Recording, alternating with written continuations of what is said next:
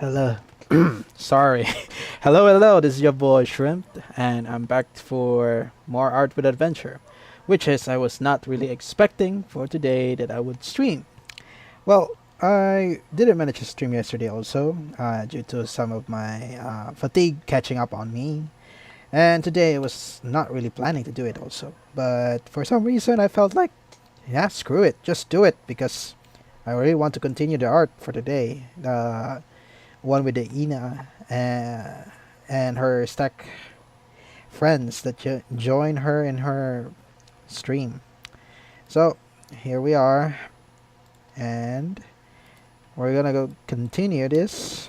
Just gonna go add some few highlights on this one, and then continue with Lami and Ina over here. I'll probably just do Ina first, because that will be very quicker. Be quicker. Not very. Sometimes I can't talk. Well, yeah, probably need to fix the line art over here. It just looks like it's really messed up. Other than that, yeah, if I can continue and finish Lami for today also, that will be a bonus. But yeah, I'm not gonna probably stream a lot. Just going to, yeah, do some progress on this. I was wondering also if maybe I could just stream some of this, some of the characters, just start drawing, finishing them off stream. But yeah, for today, I feel like I should probably do it, and I'll just depends on the next couple of days if I want to stream the rest of this. Yeah. If not, there's always the time lapse because I'm recording a time lapse of all the process here, except probably for the initial sketches. Yeah, yeah, but mostly of the sketches was recorded until now. It's still on record. Let's time lapse. Yeah, it's done record. So we can have a wonderful time lapse after all of this is done. And for now, yeah, I'm gonna continue with this. We'll continue also with the Death Mage Edition the fourth time. We're pretty much on the story part where the 8 guidance, including one member of the one member of the Bravers, has been reincarnated in the land of Landa, in the body of Lump of Flesh Chan. Yeah, that's pretty much its name. Of lump of flesh that turned into an eldritch horror due to the souls of the 8 guidance and extra extra soul. Anyway, we're gonna learn more about that, and the reincarnators also is about to be reincarnated. The dead ones that yeah, just the dead ones that are about to be reincarnated, and will be given the mission to attack Vandali and kill him if they have the guts to do it. All right. So yeah, let's just continue with that. Continue with this design, and I've prepared my reference over here on the other side. Don't be surprised if I open up some few more photos all of a sudden during the stream. But yeah, that's pretty much what I'm gonna do today. Okay, guys, I'll talk to you guys later after the time is up. All right. Okay. Talk to you guys later.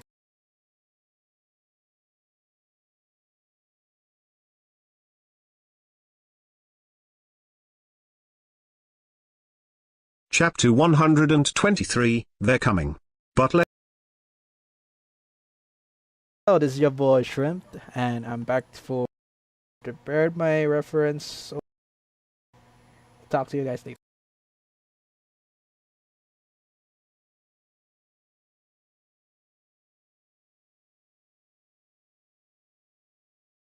Chapter 123. Let's prioritize going south for now. A number of the guys who will possibly become my enemies, the reincarnated individuals, have died in Origin. About 10 of them. Upon hearing Vandali's words, everyone's eyes suddenly sharpened and became tense. 10 people like that Kaito Kanata person, your majesty, we must kill them as quickly as possible. Princess Livia exclaimed. Please calm down, we don't know where they are yet.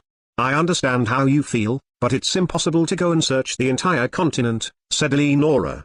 These two were the only ones who had seen a reincarnated individual other than Vandali in person. That reincarnated individual, Kaito Kanata, had been quite the degenerate. He had repeatedly committed senseless murders and rapes before he showed himself before Vandali.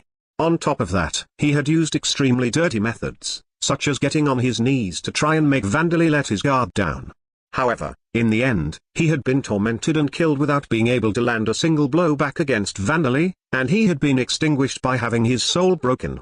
But the ability that Kanata had received from Rodkauti, Gungna, had been powerful. It was a penetration ability that allowed the user to choose objects to phase through. It was theoretically possible for attacks to be one-sided, passing through any kind of armor, walls or spells. Depending on the object to be phased through, it could consume large amounts of mana, but the ability itself didn't have any weaknesses. The reason Vandali had been able to defeat Kanata in a one-sided fashion was because Kanata had completely underestimated Vandali, and because he had used Gungna recklessly when committing his crimes, giving information regarding the ability to the spirits of Hana and his other victims. In other words, if the other reincarnated individuals possessed cheat-like abilities as powerful as Kanata's but were careful, cautious and patient unlike him, they could become formidable enemies. Special life forms that have acquired the divine protection of the god of reincarnation master, once you kill them, could I please receive pieces of their flesh or their hair, or even their ashes if that is not possible? Said Luciliano. Luciliano, you're being too hasty. We don't know where they are yet, either, said Vandali. For now, let's think about things after we hear what Vankun has heard from this Legion-chan. I don't really understand these cheat-like ability things, said Prival. It's a long story, said Vandali. He told everyone everything that he had heard from Legion. Because he'd gained almost no information from the previously defeated Kaido Kanata, this was the first substantial information that he had received regarding the reincarnated individuals. And for Vandali himself, this was the first information that he had gained regarding what had happened in Origin after his death. Honestly, he didn't care about what had happened after he died in a world where he had spent his whole life as an experimental animal until he turned into an undead and went on his rampage. However, the fact that the entire world had fallen into chaos after the loss of death attribute mana, and the fact that the military nation in which the research laboratory was had been dismantled, was good news. But the fact that the other experimental animals that he had saved were secured by Amamiya Hiroto and the others, only to be handed to a different laboratory to become experimental animals again later, was not good news. According to Legion, Amamiya Hiroto and the others had formed something like an international rescue team, just as Vandali had predicted. Weren't they a little too incompetent? Well, when I saved them, I accidentally gave them some of my death attribute mana, so I'm not entirely irresponsible for the fact that they became experimental animals again. Bew. Oh, Legion groaned. Wait, Legion. I know you're trying to say that it's not his fault, but Vandali's going to be buried. Dasa cried. Leaving aside the question of how effective Amamiya Hiroto and the others were as superheroes, it was difficult to say that the deaths of the reincarnated individuals that followed was good news for Vandali as well. The three who died after Kaido Kanata, the Skanda Tanaka, the Earth Mackenzie, the Perseus Sameshima. What happened to those three? If they died within a few months after Kaido Kanata, then almost 2 years should have passed after they were reincarnated here, said Bazdia with a puzzled expression, referring to the reincarnated individuals that Legion had mentioned to Vandali. One had an ability that accelerated time around the user to enable high-speed movement, one had an ability that allowed the user to look into past events that had occurred within a designated space, the other had an ability whose principles were not known, but could stop the movement of any target the user was aware of. Vandali didn't know what criteria were used to decide the Bravers code names, so he thought that Sameshima should have been named Medusa rather than Perseus, but thought that Sameshima might have been opposed to that, as he was apparently a man. Unlike Kaido Kanata, I can imagine that they were reincarnated normally as babies, but it's possible that they were reincarnated into adult bodies, found out that Kanata was killed and then decided to change their plans. It's possible that they are gathering their strength in preparation to kill me. They're a fearsome group of people, said Vandali from among Legion's arms and legs, urging his companions that these enemies could be a threat in a serious manner. Your Majesty, is there a possibility that they fear you and are in hiding or have escaped to another continent? Asked Princess Livia. The truth was that her suggestion was quite close to reality. As a result of the chaos in Origin caused when Kanata's evil deeds became known and the metamorph Shinmari took things into her own hands, Tanaka and the other two had been on missions on their own, where they were forced into extremely unfavorable situations and made fatal mistakes on top of that. Even the fortunes that Rodkauti had given them hadn't allowed them to survive. The truth was that the Avalon Rikuduok era had manipulated information to have these three sent on solar missions in order to experiment and find out what it would take for reincarnated individuals to die. However, only Rod Corti, the three individuals themselves and those who had died after them knew of this. And after learning about all of this, Tanaka and the other two felt not anger and hatred, but fatigue from a life full of fighting. And the Gungnir Kaido Kanata had been one of the most capable reincarnated individuals when it came to combat. After finding out that even Kanata had been defeated by Vandali one-sidedly, Tanaka and the other two had decided that they couldn't defeat Vandali, so they had refused to get involved with him and were reincarnated normally as babies. But Kimberly, a former soldier, and Bazdia, who had strong warrior-like thoughts after she learned how to use magic, didn't seem to think that this would be the case. No, it's not wrong to assume the worst possible situation, said Kimberly. And they're self-named heroes with titles of heroes from other worlds, aren't they? It seems that Kanata was quite the lowlife, but there is no guarantee that the others will be the same, said Bazdia. The two of them had images of the brave as being a fearsome group of warriors with a persistent fighting spirit and a conviction of steel. Legion didn't make any attempts to correct them. Neither the members of the 8th Guidance nor the Geiser Manuma Hitumi knew what kind of personalities Tanaka and the other two had. Back when they died, the 8th Guidance had begun their activities and started collecting information, and they were Geiser Manuma Hitumi's former allies, so they at least knew their names and abilities. However, this was information that had already been announced to the world. Thus, they didn't know what kind of people they had really been. And even Murakami and his group hadn't deemed it necessary to gather information about dead people, so they hadn't been investigated in detail. In addition, as it had only just been reincarnated, Legion was not particularly adept in understanding the Japanese that was being used in Lambda. It was the language that the Bravers used primarily, so the 8th Guidance had learned it to some extent, but only to a certain extent. They could read the characters, but they could only gain partial understanding of conversations when words were spoken too quickly. Indeed, I do not know what kind of a world origin is, but if they are all degenerates like that Kanata, then they could hardly call themselves heroes, could they? Said Princess Livia, convinced by the theory that they were a threat as well. It was common for people to have natures that were different from what their appearances would suggest.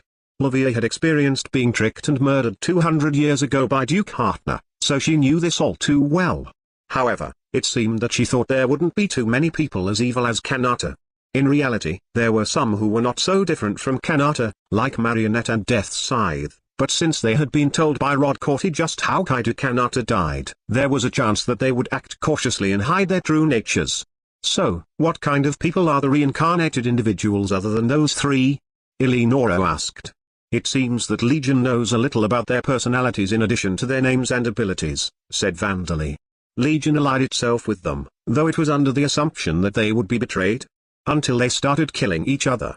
Considering its appearance, it seems that it can express itself quite well, said Eleonora, impressed despite Legion having an appearance that made it doubtful as to whether it was intelligent. It has a lot of stomachs, after all, said Porvina. That's not what I meant, Porvina. Note, the word for express oneself that Eleonora used includes the kanji for stomach. Porvina started hugging Legion. It seemed that Legion didn't dislike being hugged. For now, I'll explain things through words. Yamata, please hand out the documents. As Vandali explained verbally, Yamata handed out documents that contained the same information that he was explaining. She was a patchwork Hydra zombie, created by decapitating the heads of a mutant Hydra and replacing them with the upper bodies of 9 beautiful women of different races. Distribute many, lots, strewn. She seemed to be interested in Legion, who had many upper body parts like she did.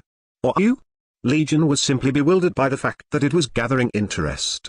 Meanwhile, Vandali continued his explanation.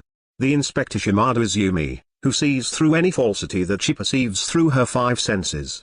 The Laplace's demon Machida Ran, whose calculation ability was greater than a supercomputer. The Noah Mouse Smith, who could store and transport a great amount of materials and personnel in a special space. The Oracle Endukuya, who could receive prophecies from a god. The marionette Inui Hajime, who could take control over the body of anyone he touched. The Death Psycho no Kyoji, who could stop the heart and cause instant death in anyone whose face he could see. The Sylphid Miso Anderson, who could transform her body into gas. The Super Sense Goto Takuri, who could strengthen her 5 senses at will. The Odin Hasamaduaki, who could see a few seconds into the future. the clairvoyant Tendu Tatsuya, who possessed numerous vision-related abilities such as X-ray vision. The mage Masha Minami Asagi, who could erase the effects of all kinds of magic. The Ifrit Akaki Akiko, who could manipulate heat and flames. These were the deceased bravers that Legion was aware of. In reality, 4 more, the Chronos Murakami Junpei, the Venus Tsuchiya Kanako as well as Hecate and Shira and Aegis, had died as well, but Legion didn't know about this because their last 8th guidance member to die, Pluto, had died before any of them. Also, the information that Legion had provided Vandali regarding the functions of some of the Bravers' abilities was not accurate. This was because the 8th guidance that made up Legion didn't possess the correct information regarding those abilities. After hearing this explanation, everyone present had a mutual opinion. Vansama, I don't really understand what the calculation ability is, said Terra, mentioning what was on everyone's mind. Of course, the concept of computers didn't exist in Lambda. The field of physics was underdeveloped as well, and the mathematics level of the average person didn't go beyond basic arithmetic. As I thought. It's an ability that allows superfast calculations, said Vandali. That might be amazing, but what use does it have? Asked Bazdier. Anyone can calculate how many times they can cast their spells and use their martial skills with their remaining mana, said Borkus, looking perplexed. Everyone else had similar expressions. It wasn't that they thought that a calculating ability would be useless. However, they couldn't be blamed for thinking it strange that it would be an ability given by a god, worthy of being a unique skill. A professional architect might have understood how valuable it was to some extent, but the only such person in Taylorsheim was Vandali. And since Vandali had been nothing more than a high school student on Earth, he didn't possess advanced knowledge in physics or mathematics, so it seemed that he couldn't explain this in detail. It's probably useful for advanced construction and public works, he said with a vague memory of past knowledge, still not knowing exactly how it was used. Is that right? Said Borkus. He and the others seemed convinced by this explanation. Well, they did have some doubts as to why someone with such an ability was considered a hero. But they quickly decided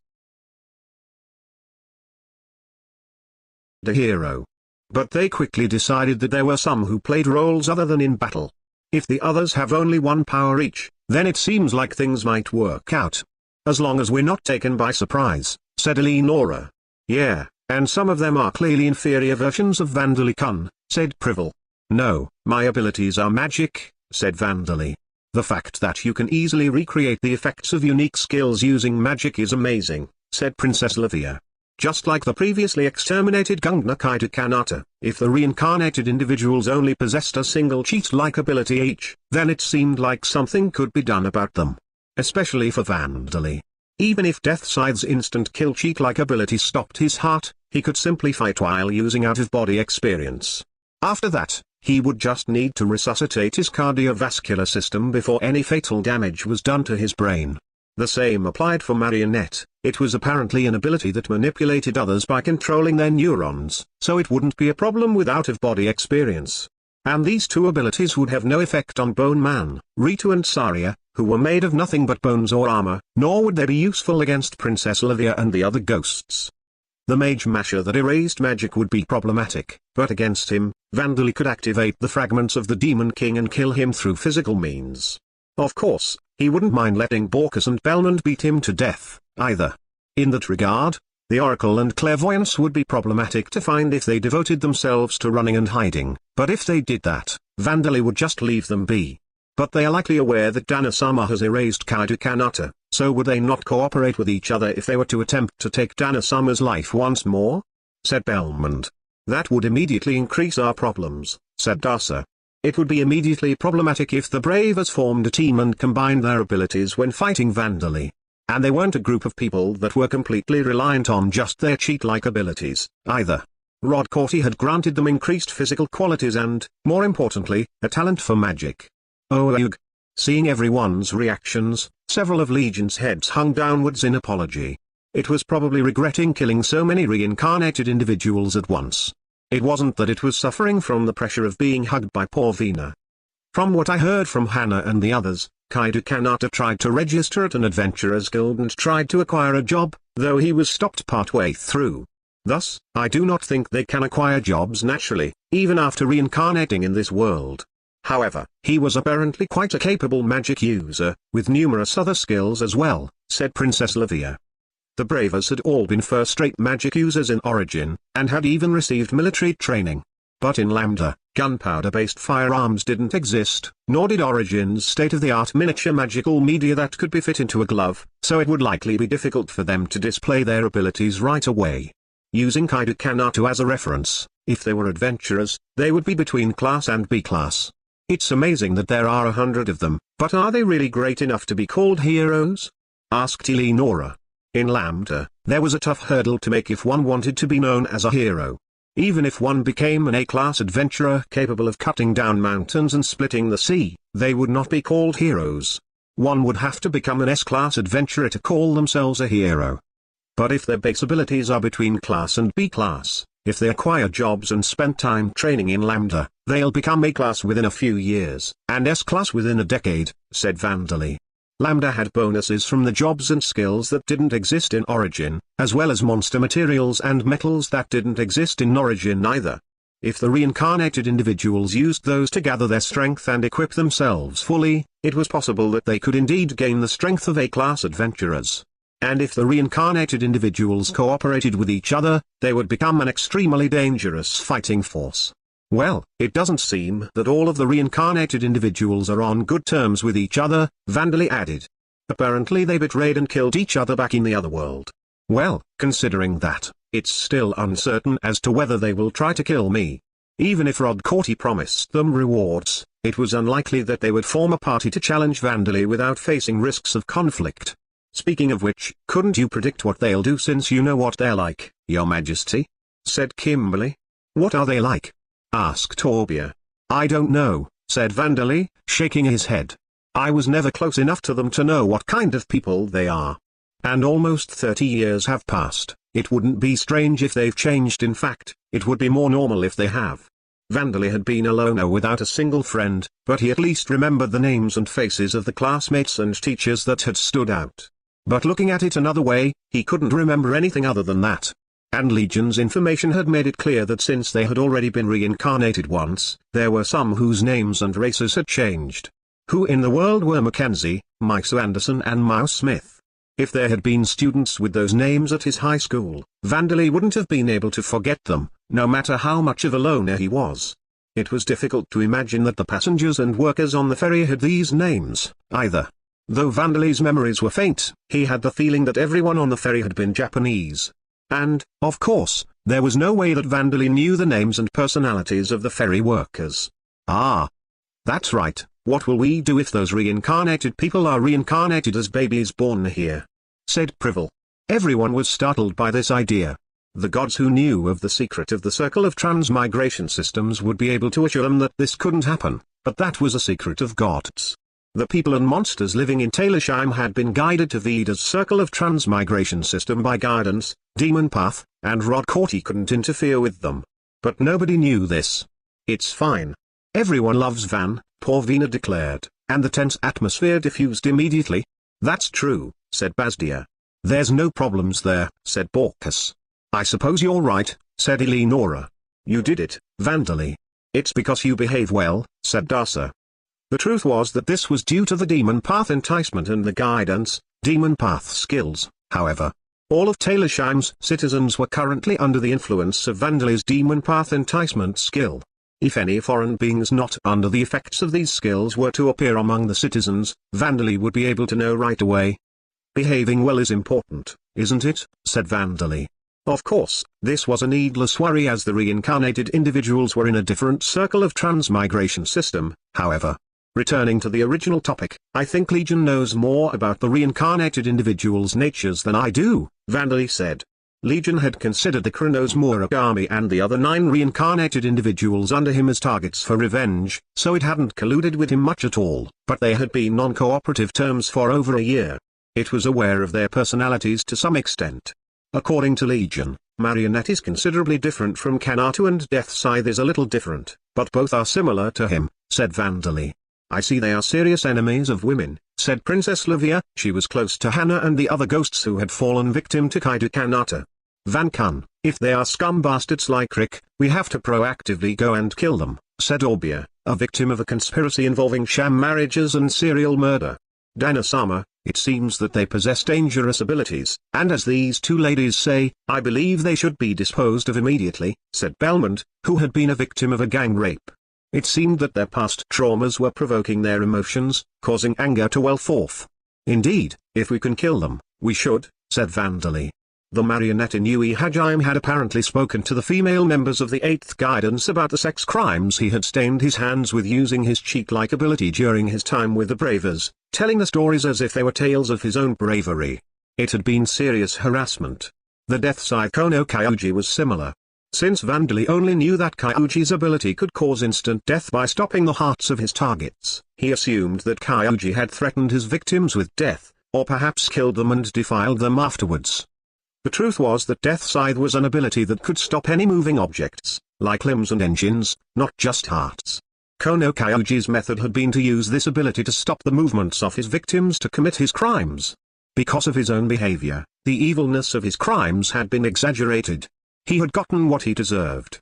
Also, the Oracle and Dekuya Legion doesn't know what his personality is like, but due to various reasons, it's unclear as to whether he'll hear us out, said Vandali. One of Legion's faces was changing shape as it let out its voice. The Oracle and Dekuya had set up the way Vandali had died in Origin, and for that reason, the 8th Guidance member Shade had taken over his body and killed him. He seemed logical in nature, but Shade didn't know what he'd been thinking when he died. It was possible that he felt that his own death would offset what he had done to Vandali, or even cancel it out. On Earth, Shimada Izumi-san was a person of firm character and a strong sense of justice. A class representative, kind of like a stubborn government official, Vandali recalled as he patted one of the grieving Legion's heads. Borkus and the others looked confused at first, but then seemed to understand once he gave the comparison. I don't really get it, but is that bad? Said Bazdia. It doesn't seem good, Bazdia-Nichan, said Kimberly. It means she has the kind of personality who would feel opposed to how fearsome Vandali-sama is, said Eleonora. Kimberly and Eleonora were frowning. It seemed that they had only negative impressions of stubborn government officials. If one thought about it using the common sense of someone from Earth, the things that Vandali had done were nothing but evil deeds. Vandali didn't know how much Shimada Izumi had changed in Origin, but wouldn't his past actions cause her to grimace now? The truth was that Dekuya and Shimada Izumi were both people who would be relatively willing to discuss things with Vandali, but as long as Rod Corti was the way he was, Vandali's ways of gaining information about what was happening on Rod Corti's side was horribly limited. Because of this, he had actually ended up concluding that the opposite was true. Well, her ability is apparently the Inspector, which allows her to see through falsities, and she's apparently not good at fighting, so she won't even be a threat if she appears before me, said Vandali. The other one that I know about is Minami Asagi. To describe him in a word, he's annoying. Annoying as in he's a troublesome person? Asked Porvina. They're all really troublesome people, aren't they? Van-kun, you suddenly seem really tired, said Orbia. Indeed, Vandali's impression of Asagi was that troublesome or annoying would describe him in a word. He was a sports-oriented person in the sports club, enthusiastic in everything he did and constricting in his friendships, with a hot-blooded personality. And he forced his sense of values onto others. No, he was a man who believed that it was a good deed to force others to do what he thought was right, and believed it was his duty to do so. To those with the same or similar senses of values as Asagi, or those who found comfort and happiness in companionship, Asagi was probably a good person. However, in the past, he had been nothing more than a nuisance to Vandali. Vandali didn't care about the fact that he had organized a signed card to be given to a reserved teacher in training when he returned to his university. But what about the fact that he would force students who weren't in any club to join as a trial, and then give a fervent speech about the significance of high school life to those students when they quit? Back then, everyone liked him except for our homeroom teacher, and he was respected among the class, so nobody stopped him and it was really troublesome. Back on Earth, Vandali had always become caught up in the arguments that Asagi started. It wasn't that Asagi had been really targeting him, but because he had been living a completely opposite school life to Asagi, he had always been given instructions by him. Time has passed since then and he should have gone through a different environment, so I don't think he would have the same personality that he did back then, but including his time on Earth, he should have lived a total of 47 or 48 years. If I lived in that environment the whole time, I might have died of mental fatigue, said Vandali. He got an unpleasant feeling just remembering Minami Asagi. That was the kind of person Asagi was. However, from the actions and words of Asagi in Legion's memories, Vandali got the strange feeling that he had become even worse. Vandali, die of fatigue? Dasu exclaimed. For Van, who is fine after doing 3 days worth of work in a day, to say that he die of fatigue, poor Vina muttered. Quite the troublesome person, isn't he, said Princess Livia. Dana-sama, could that not be considered a unique skill? Belmond asked. No, it's not that bad, said Vandali. Everyone was shuddering, they seemed more shocked than Vandali had expected they would be. Vandali had told them what kind of a world Earth was, but it seemed that they couldn't help but to think of it in terms of Lambda and the current Vandali. Well, it's fortunate that Murakami-sensei didn't die, said Vandali. Murakami Junpei, the homeroom teacher of Vandali's high school class on Earth. From Vandali's memory, Murakami had done his duties as a teacher in an ordinary way, but outside of that, he was an extremely troublesome person. He had completely left the task of guiding the students to Asagi, and he was certainly not the type that students could consult regarding their family situations or their futures. Vandali's uncle and aunt wouldn't give him the money needed for the school trip. He still remembered what Murakami had said to him when he came to school with the documents he needed to be allowed to work part-time in order to earn his own money and pay for the trip himself. It'll make no difference whether or not you're there. Do you really want to go on this school trip that badly? And then he had shown great annoyance as he signed it for approval. Vandali's life on Earth had ended as a result of participating in the school trip, so he didn't resent Murakami for this. However, what I'm concerned about is that Murakami-sensei is the one who changed the most after reincarnating in Origin. It wasn't too difficult to imagine someone in his teenage years like Kaido Kanata, drowning in his suddenly acquired power in his second life and recklessly committing crimes. But Murakami Junpei had been an adult at the time of his death, and though he hadn't been a good teacher, he hadn't been a criminal or a lowlife, either. He had betrayed, tricked and killed his fellow reincarnated individuals, the students of the class that he had been the homeroom teacher of. How had he fallen so far? Vandali found this strange. Therefore, he couldn't imagine how Murakami would think or act when he reincarnated in Lambda. It would have been fortunate for Vandali if Murakami had stayed alive in Origin, giving him time to gather more information about him from the other reincarnated individuals. That was what Vandali thought, unaware that Murakami had already died. Now then, that's the complete report for the present situation, said Vandali. If Legion remembers any new information, please listen to me as I explain it once more. Also, I'm going to publish this information on the front page of the Eclipse King Post. The Eclipse King Post. This was the newspaper that had recently started to be published in Taylorsheim.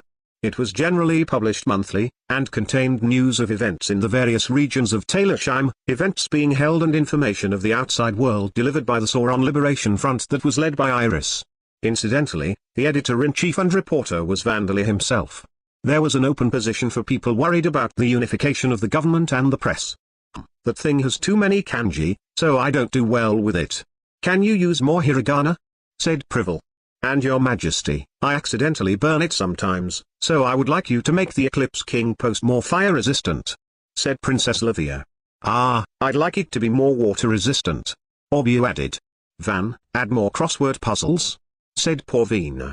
Privel, you should learn more kanji. But it might be true that it's not really well suited for the general population, so I'll take that into consideration.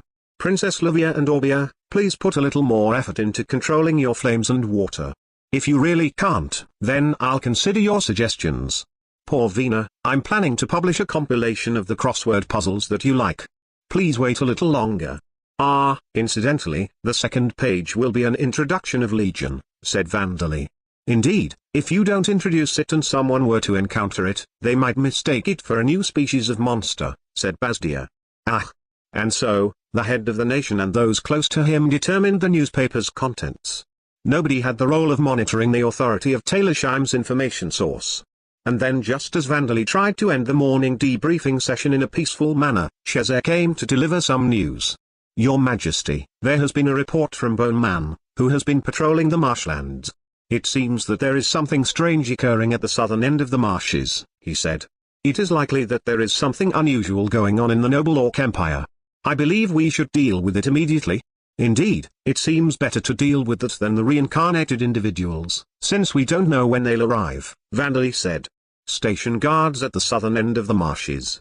After that, let's form a squad to see what's going on. There was the possibility that the reincarnated individuals had reincarnated in Lambda in adult bodies like Kaido Kanata, but even if they did, their abilities would be around B-class level. With abilities on that level, it would be difficult for them to cross the boundary mountain range, even if they formed a party. Thus, Vandali thought that it was best to leave the Sauron Liberation Front to stay on guard while he and his companions dealt with the neighboring noble Orc Empire. Now then, I'll announce the criteria for being selected for the squad, he said.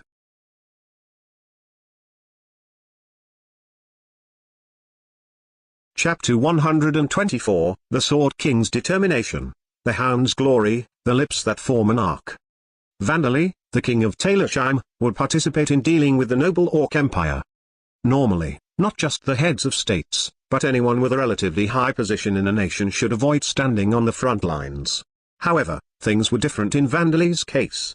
First of all, Vandali possessed the demon path enticement skill, and if he wasn't present, gathering information from the spirits of the dead was highly likely to be impossible. Undead could see spirits. However, just because they could see them didn't necessarily mean that they could hear what the spirits had to say. Even if they asked the spirits questions, there was a high chance that the spirits wouldn't answer or just give meaningless answers. The spirits of the dead were not often friendly or honest to other dead beings unless they were very sociable. Second of all, Vandali was the holy son of Vida. Mubabujenge, the evil god of degenerate corpulence, was suspected to be the chief god in the noble Orc Empire. If he still felt a sense of duty to serve Vida, then Vandali being present increased the chances of negotiations happening. And third of all, he was unmistakably Talersheim's greatest source of fighting strength. There were all kinds of other reasons, but these were the main ones. And the criteria to be chosen to join Vandali in dealing with the noble Orc Empire, whether it was diplomacy or war, was to possess the strength to defeat noble orcs, which were rank 6 at minimum. The noble orcs of the empire had rulers, but when it came to war, it was likely that they would come out in large numbers. And strength was necessary, even in diplomacy. Though this was a nation of those descended from an evil god and his servants who betrayed the demon king's army and joined Zakat, they were still monsters. And what monsters regarded as important was not appearance or economic power, but strength. Military strength was an important factor in negotiations between human nations as well, but for monsters, it was the most important thing. In other words, for smooth discussions to take place, it was important to not be looked down upon. The exception was the Black Fang Knights Order, which was composed of Gorba and the other Orcuses. Orcuses, which were a new race created when Vandali exposed Orc fetuses to death attribute mana, looked like Black Orcs at a glance. Thus, Vandali had decided that they may feel compatible with the Orcs that were likely to be present in great numbers in the noble Orc Empire. And Orcuses had a base rank of 4, they were generally stronger than Orcs, which were normally rank 3. And the members of the Black Fang Knights Order had increased their ranks to become Orcus Tammers and Orcus Riders. They were a group of knights that were mounted on monsters. "I'll do my best, on my honor as a knight," said Gorba, who had been selected as the captain of the knights. He was now rank 7 Orcus Master Tamer with a massive body that was almost 3 meters tall, and powerful fangs protruding from his mouth. The monster that he was mounted on was a rank 5 Diatrema, an enormous carnivorous bird that had been created through years of laborious breeding from the rank 2 Giga birds that resembled chickens. It was 5 meters tall from its claws to the crest on its head. It was a bird that simply looked like a dinosaur. Gorba had also tamed several other small bird monsters that could be used as messengers. He was well equipped outside of combat as well. The other members had all tamed rank 4 monsters that could still move about with the heavyweight Orcuses riding them. Though there were only 10 members, their fighting strength and mobility was not at all inferior to a group of 100 knights. "Captain Gorba, I don't really understand this knight's honor," one of the knights said. "A knight's honor is doing what king says," Gorba explained. "I've always listened to what king says." "Then you're very honorable." "Bufafufu, I'm happy." With conversations such as these, Gorba and the other members of the Black Fang Knights Brigade were enjoying a barbecue in Talersheim's town. It had been at Chezer's suggestion that these mobile Orcuses were gathered and a knight's order formed, but it seemed that they didn't really understand the ways of a knight yet.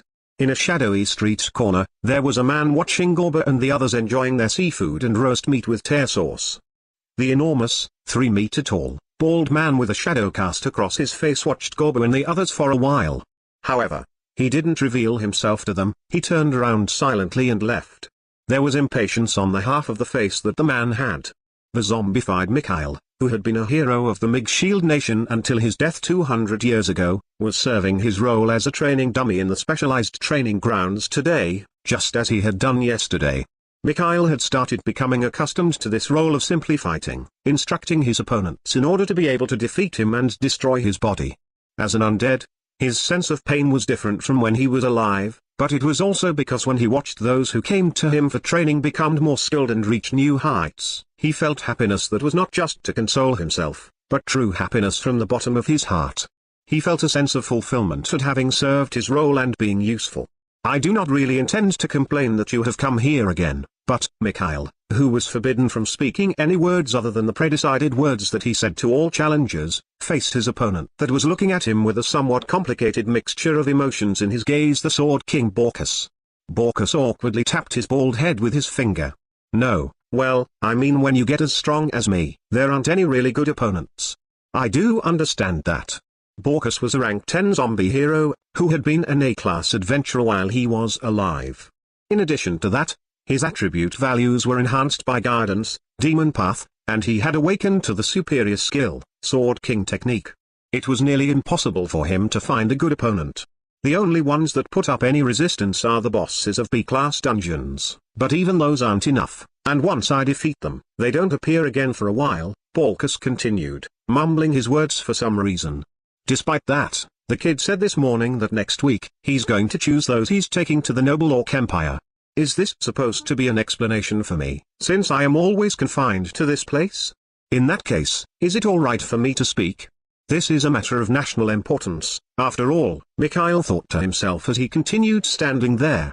From an outsider's perspective, Borkus simply appeared to be an undead, talking endlessly to a training dummy.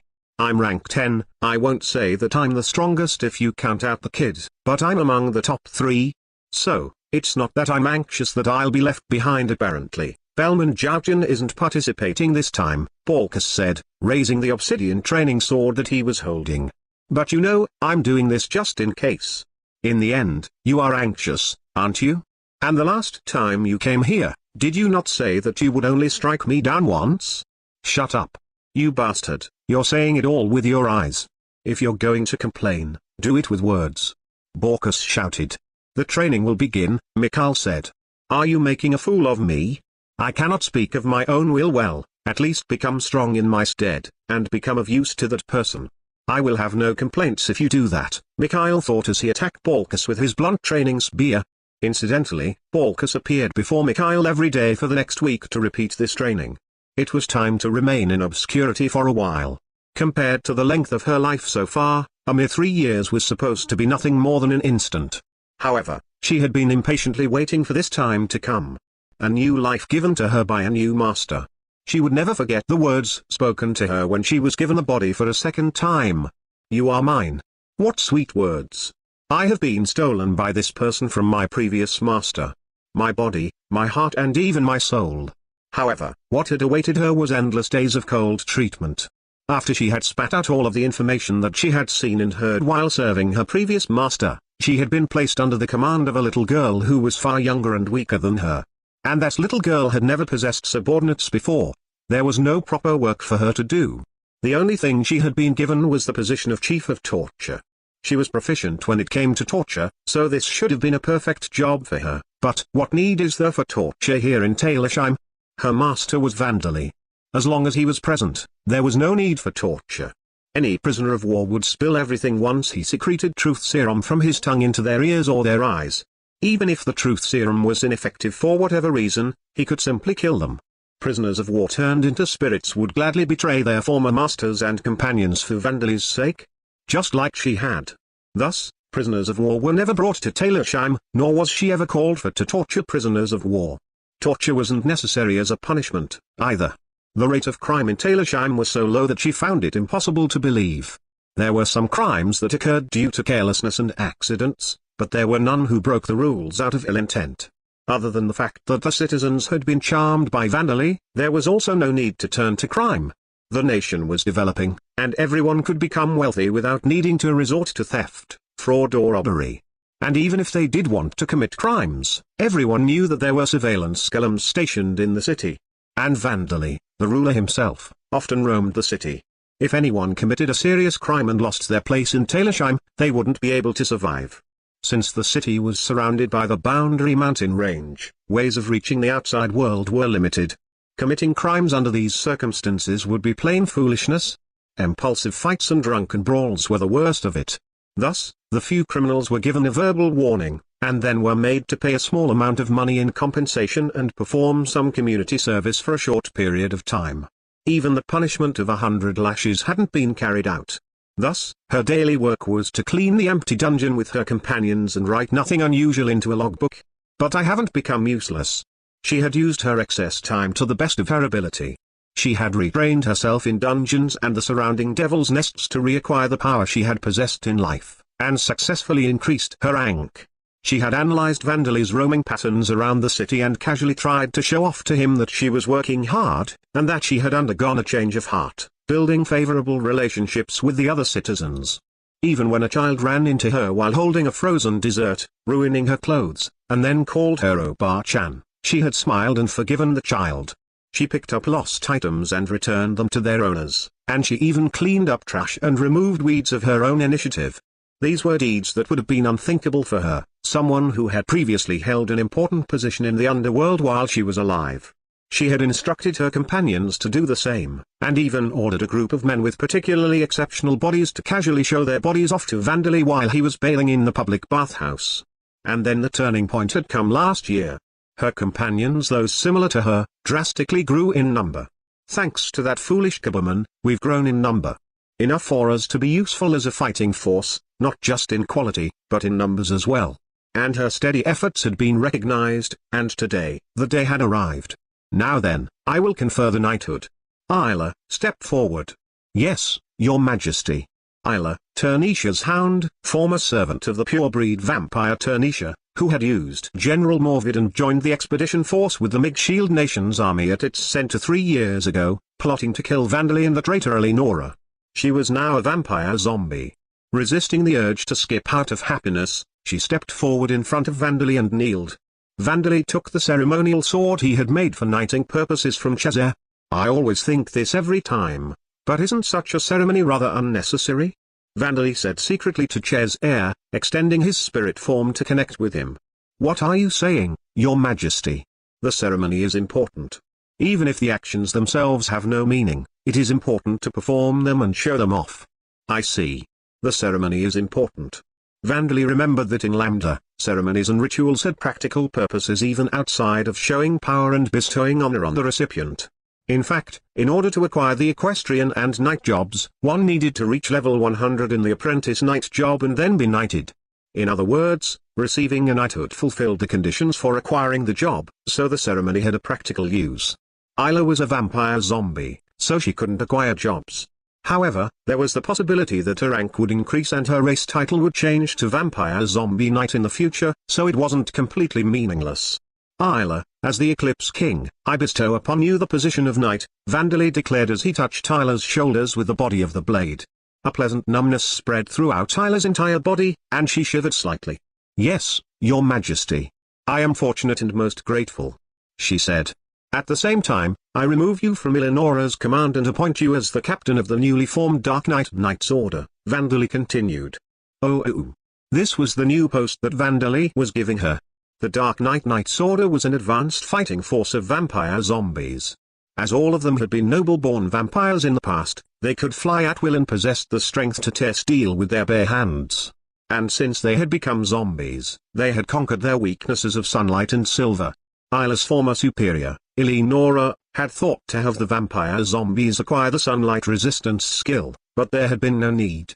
Because there had been almost no precedents of vampires becoming zombies, even Isla and the other vampire zombies themselves hadn't known this fact, so it was a misunderstanding that couldn't be avoided.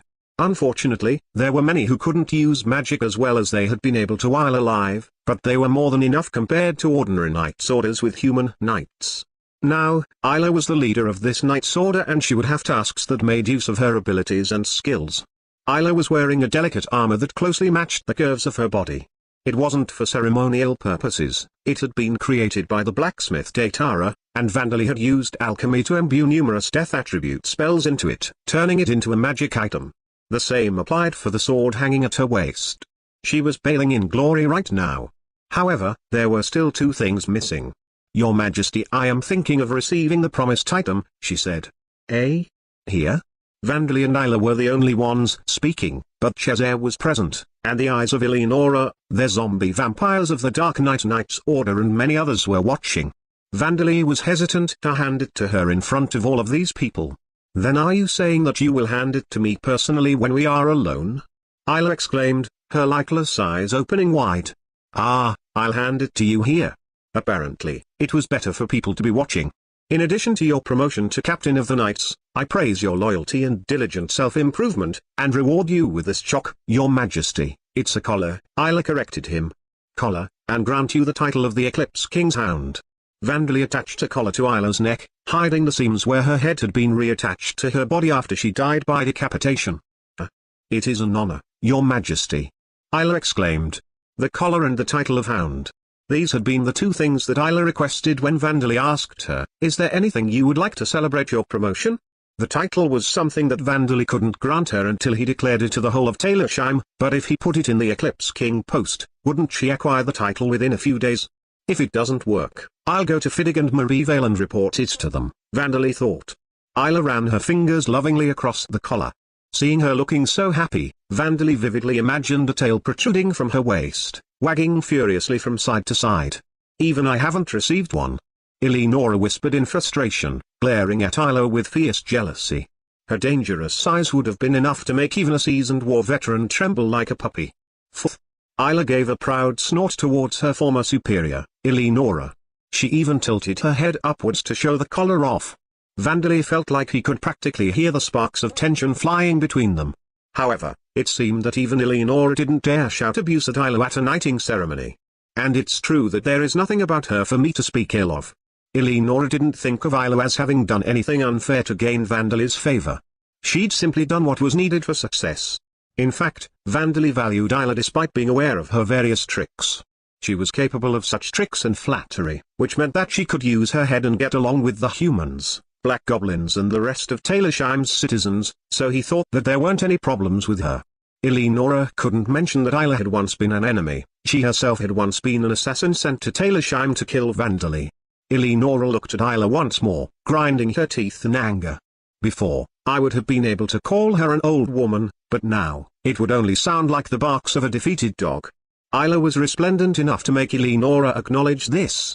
Unlike the armor she had worn while she was alive, the close-fitting armor that Isla wore now emphasized rather than concealed the fact that her body had both power and abundant feminine curves, emanating an attractiveness that Eleonora, who physically appeared to be around 20 years old, couldn't.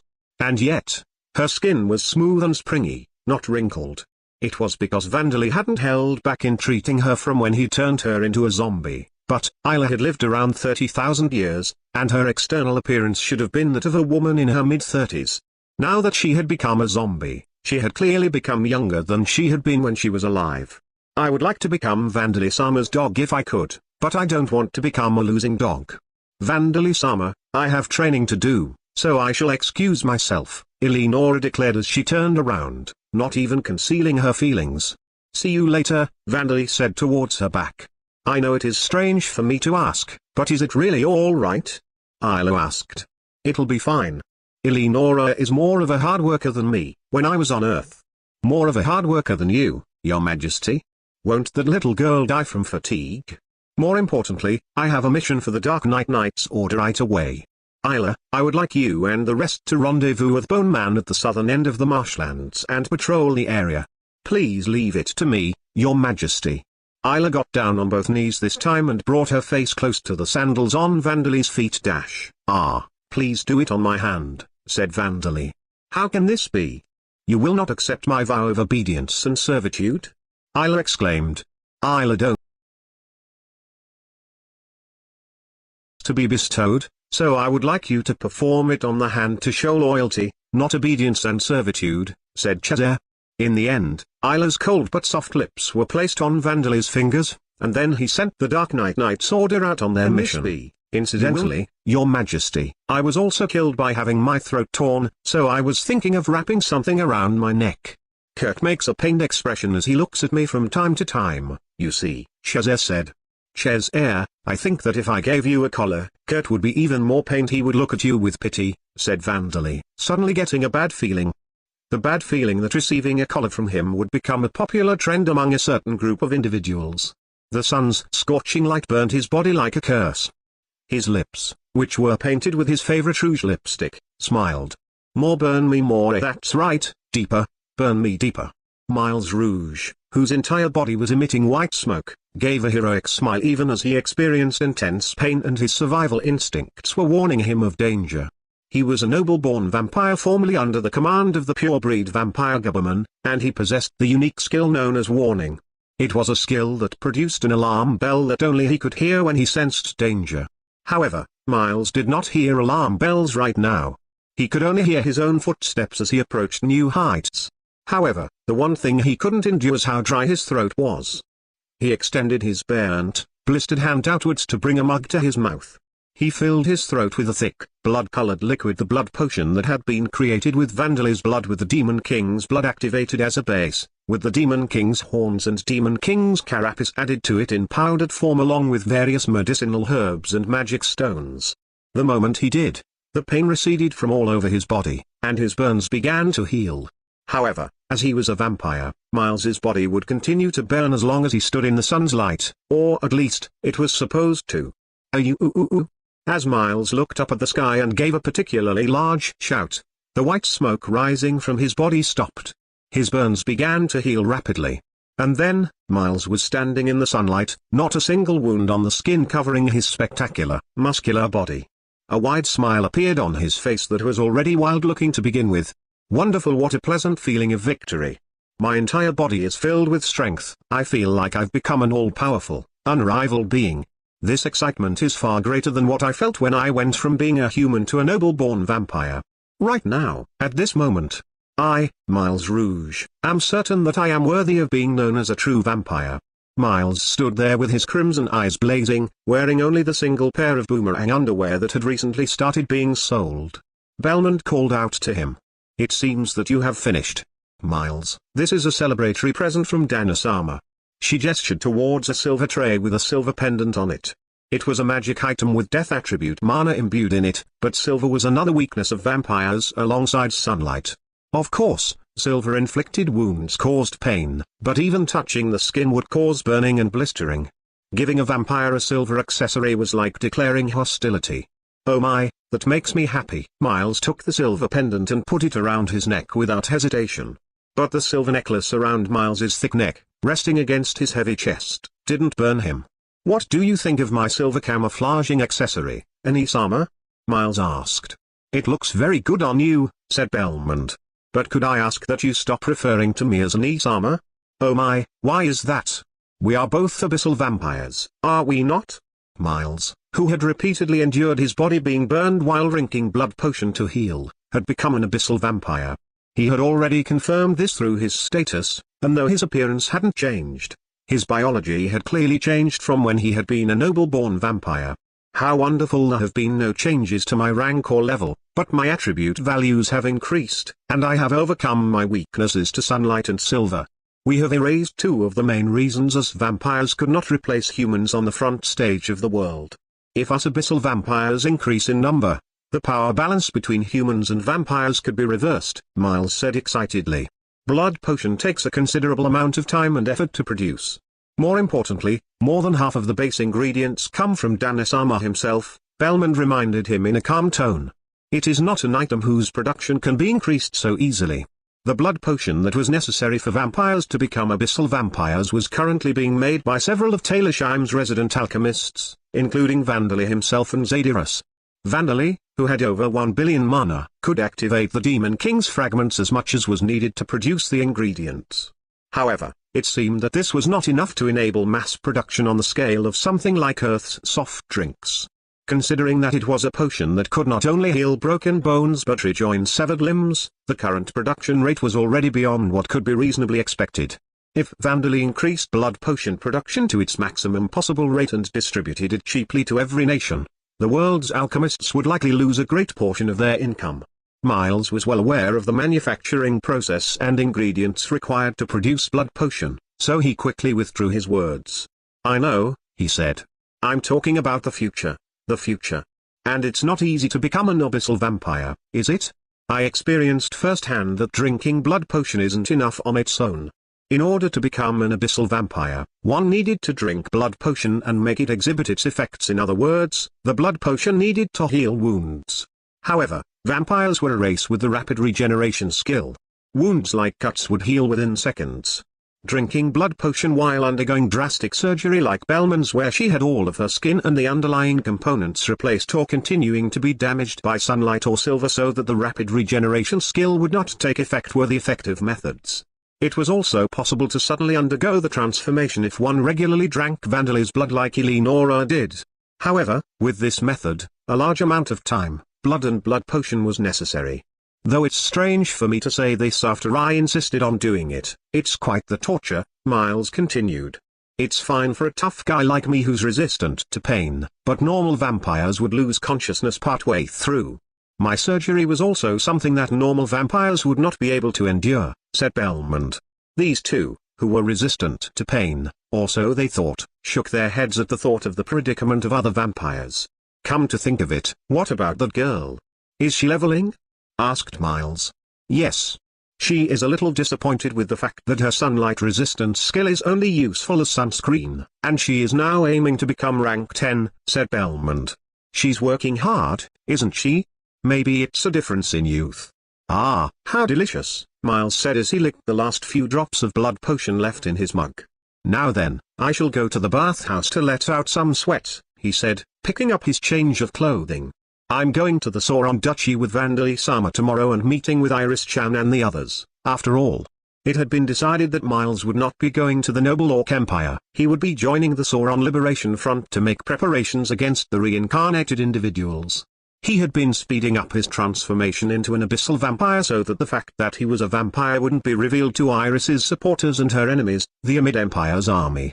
Even with pale skin, crimson eyes and long fangs, nobody would suspect that a man exposing himself to sunlight and wearing a silver necklace was a vampire.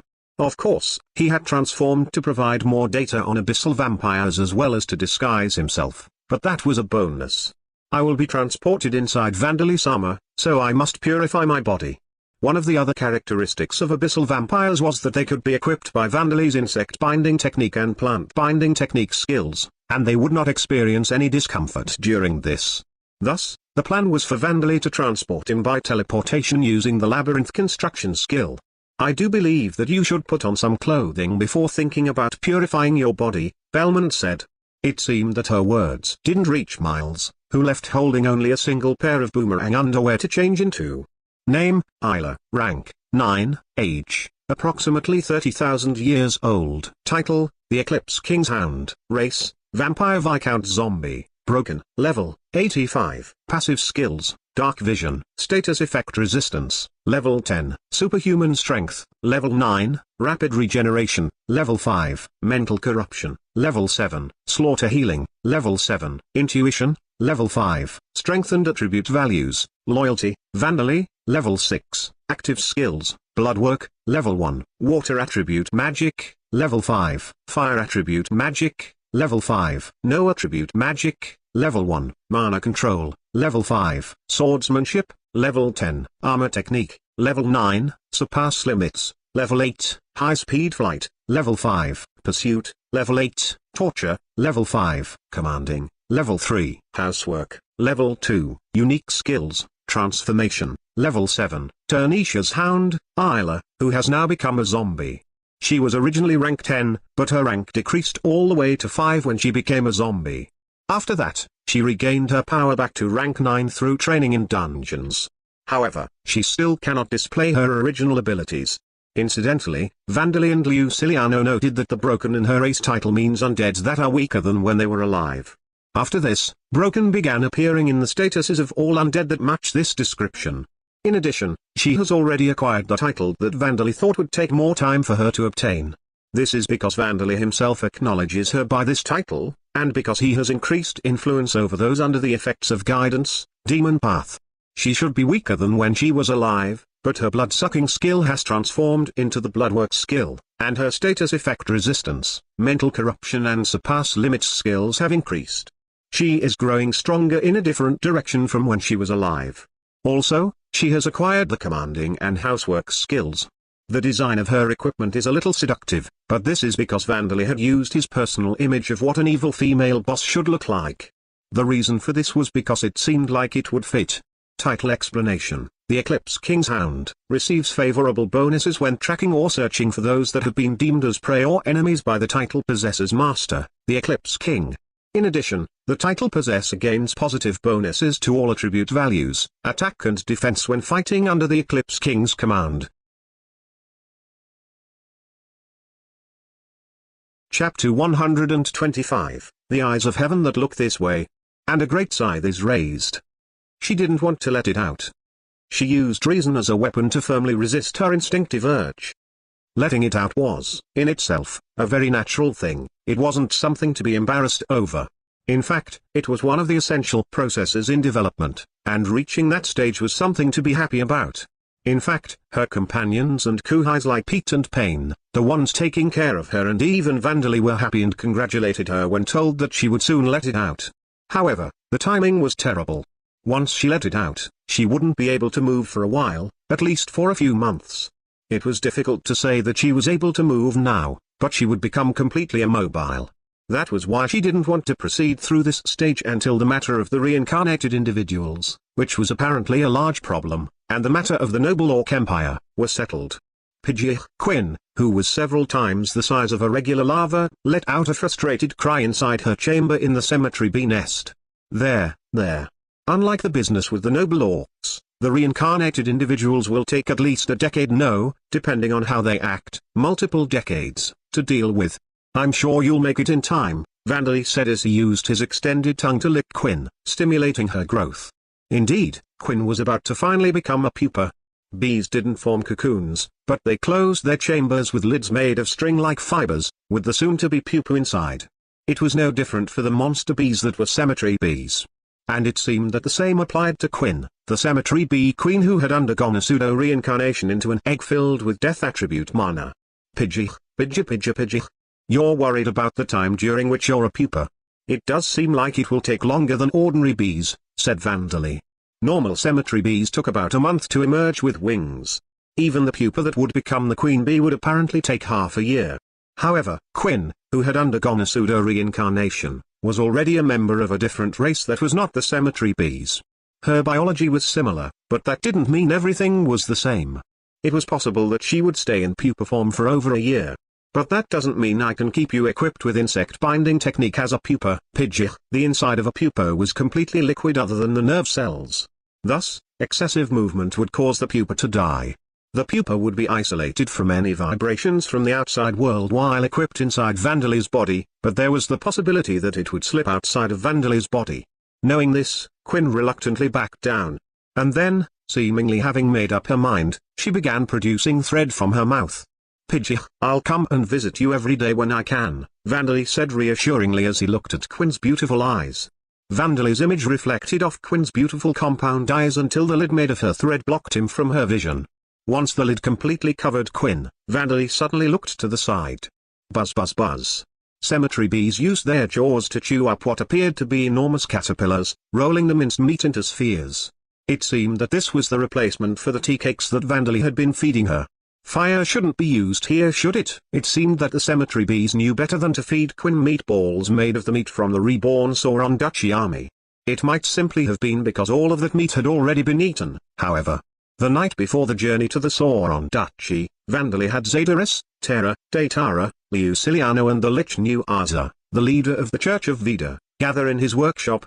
Now then, we will begin the investigation to find out the reason lump of flesh Chan turned into Legion, as well as examining the life gold and the disappearing silver, Vandali said. This was the topic of discussion. It seemed that Legion itself didn't really remember why it had been reincarnated in another world with lump of flesh Chan as its body, as a single organism. But if Vandali could figure out just why Legion had been reincarnated into the living lump of flesh that was a failed attempt to create Darsa's body, it was possible that it could lead to Darsa's successful reincarnation that Vandali desired so badly. Well, not that I expect that much to come from this, Vandali added. Indeed, even if it is possible, it could simply result in more legions, said Zadyrus. More importantly, where is this legion? I wanted to hear more about the time it ate their mysterious silver, said Datara. Legion was not present in the spacious underground workshop. The pool that she had been in as lump of flesh Chan was currently empty. Legion seems to be tired from her first leveling session, so she is sleeping with Porvina and Privel, who were also leveling with her, said Luciliano with a distant look in his eyes. First, I heard that in that origin world, she was a group of warriors that went wild and massacred over 100 elite soldiers and even killed a number of that world's heroes, but have I misremembered? Datara said, scratching his head with a baffled expression. It seems that in this world called Origin, there were no levels, jobs, ranks, skills or experience points, Zadyrus said. That is why she never gained experience points no matter how many enemies she killed, and, of course, her level did not increase. What? It is surprising that there are more of such strange places other than Earth. Everyone in Lambda understood the concepts of levels, jobs, skills and experience points the moment they became aware of themselves. Even toddlers who couldn't read letters and foolish goblins and orcs. The status that could be seen through the no-attribute spell status that could be cast by anyone was displayed in kanji and numbers for those who could read them, like Vandali. For those who could only read hiragana and katakana, it would automatically be displayed in only those characters rather than kanji. Statuses were perceived orally for those who couldn't read at all, and those who didn't understand words at all or those with extremely limited vocabulary simply felt a vague feeling that allowed them to understand their own status. For monsters with the intelligence of animals or even lower, they simply instinctively understood that they could become stronger by eating others. However, beast and insectoid monsters instinctively understood the concepts of ranks and levels. That was how ordinary these concepts were in Lambda. It seemed that it was difficult for Datara and the others to imagine a world without these concepts. Well, I don't know whether there are more worlds with levels and experience points than without, but at the very least, Earth and Origins were worlds without them, said Vandali. So, Legion has been feeling the sensation of gaining experience points and hearing the announcer informing her that she has learned skills non-stop for the first time, so she seems to have become tired. Experience point intoxication, isn't it? That once caused me an embarrassing experience while I was alive, said New Arza. Yes, that is something that all who acquire battle-related jobs must experience at least once, said Zadyrus. There was a certain pleasant sensation associated with gaining experience points. For Vandali, it felt something like a sense of fulfillment and accomplishment. And that pleasant sensation became a sense of exaltation when gaining a large amount of experience points at once. One entered a state similar to a runner's high, or the high-tension state that resulted from staying up all night. Apparently, this had caused troubles for New Arzu and Zadyrus while they were young. During my first real battle, I experienced terrible experience point intoxication. My fatigue vanished and I went on a rampage while facing weak monsters. But when I became sober, my fatigue returned and I felt exhausted. I made quite the embarrassment out of myself in front of the other priest warriors of my age, said New Arza, reminiscing. I experienced something similar, Zadyrus said with a nod. When I experienced my first battle, I gained a large amount of experience points no matter what I was defeating. I remember that as well, said Terra. It was not enough to put me into high spirits, however. Oh? You have not acquired a combat-related job, but you have experienced experience point intoxication? Luciliano asked her, as she had only ever acquired creation-related jobs. However, his question was soon answered. Vansama took me with him to level up, after all. I experienced it then, Terra said. When the non-combatant civilians of Taylorsheim were made to level up while wearing Rita, Saria and the living armors of the former Red Wolf Knights Order, Terra had become a rank 5 ghoul high artisan. Apparently, she had plainly experienced experience point intoxication in doing so. Ah, that time. Well then, that means that all of Taylorsheim's citizens have experienced experience point intoxication, said Luciliano. No, I haven't, said Datara. Those with creation-oriented jobs such as craftsmen or farmers gained experience points at a slow pace. Those with such jobs earned experience points by performing work related to those jobs. They couldn't perform advanced work that would earn them a large amount of experience points while their levels and the levels of their skills were still low. That was why they didn't normally suffer from experience point intoxication. The citizens of Taylorsheim were a rare exception due to the advanced leveling that Vandali had made them do. However, the craftsmen among the undead titans, like Daitara, were already far stronger than the average soldier if they were to swing their hammers as weapons, so they hadn't required such training. Well, not that I want to experience it. More importantly, the topic at hand is the investigation, isn't it? Apologies for getting off topic, Daitara said, trying to return to the main topic, having sensed that Vandali might suggest that they leave the investigation until after the business in the noble Orc Empire was dealt with. He was more interested in spending his time in the workshop with the ghoul crafting team, which was made entirely of women, than increasing his level and rank. Ah, yes. First, the cause of Lump of Flesh Chan becoming Legion. It's probably the doing of a god. That's all, Vandali concluded. Master, that is too vague, said Luciliano. Well, it seems to be the result of the actions of multiple gods. Legion's status displayed the divine protections of 3 gods. The divine protections of Zeru-1, the god of space and creation, and Ricalant, the genie of time and magic, who were 2 of Lambda's original gods, just like Vida and Alda. Plus, the divine protection of the god of origin. It was commonly thought that Zeru-1 and Ricalant had fallen into slumber in order to recover their power after the battle with the army of the demon king Eugerones, but surprisingly, it seemed that they were working actively. According to legends, Zeru-1 had manipulated space and opened a door that connected worlds with one another when he summoned Zakat, Bellwood and the other champions from the foreign world known as Earth. With him acting, it would have been possible to bring the souls of the 8th Guidance and Gazer, Legion's form in its previous life, to the world of Lambda. Ricalant was a god who ruled over the time attribute as well as magic, and statues of him were enshrined in every Mage's guild branch. He had almost certainly used some spells to assist Zeru-1. However, the god of origin was a mystery. Master, what kind of a being is the god of origin? Luciliano asked, looking curious and confused. I have never heard you mention him at all. In fact, the Holy Sun once told me that it is possible that no gods exist on Earth and origin, Nuazu added. But Vandali gave them a puzzled look himself. I don't know, either, he said. As Nuazu said, I thought that they didn't exist, or at least that there are no gods with their own personalities and individual intentions like the gods of this world. When he was on Earth, he hadn't really been a religious person. However, he hadn't been an atheist, either. He had simply vaguely thought that there was probably a supernatural, transcendental, divine being somewhere that was beyond human wisdom and knowledge. It was only after he died and learned of Rodcorti's existence that he had become aware that gods existed, however. But this had actually made him more doubtful that Earth and Origin had their own gods. He had thought that if a god with its own personality like Rodcorti existed on Earth and in Origin, there would be more miracles and tragedies and such. Particularly in Origin, where not only science, but magic existed as well. Even though utilizing spirits had been impossible until Vandali awoke to the death attribute, their existence was known. However, hard proof that a god existed had apparently never been found in Origin. Leaving aside the existence of religious figures, it had only been recorded in small writing in specialized books that a god likely existed, as various phenomena could be explained by the existence of God from a magical perspective. That's why I thought that there wasn't a god. The reincarnation of souls is something that Rodcorti should be in charge of, too.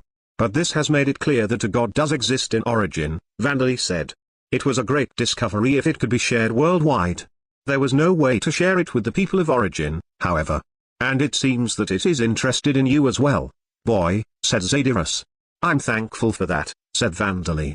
Legion hadn't received any messages from Zeru-1 and Ricalant, and she didn't have any memories of being saved in the first place. Immediately after her individual souls died, the next time she awakened, she had been in that state. However, Vandali couldn't think of any other reason that Zeru-1 and Ricalant had made the effort to have Legion reincarnated where Vandali was. Their exact motives for them acting as his allies was unclear, but perhaps they were more loyal to Vida than the myths said, or perhaps they wanted to declare that they stood on Vida's side, not Alda's. And the reason for the god of origin cooperating with them and granting Legion its divine protection was even more incomprehensible.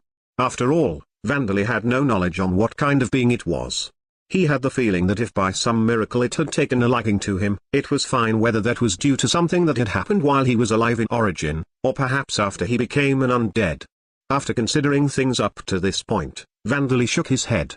Well, I'm sure gods have their own circumstances. There are not enough materials to work with to conduct an investigation into the god of origin, so let's set that aside for now, he said.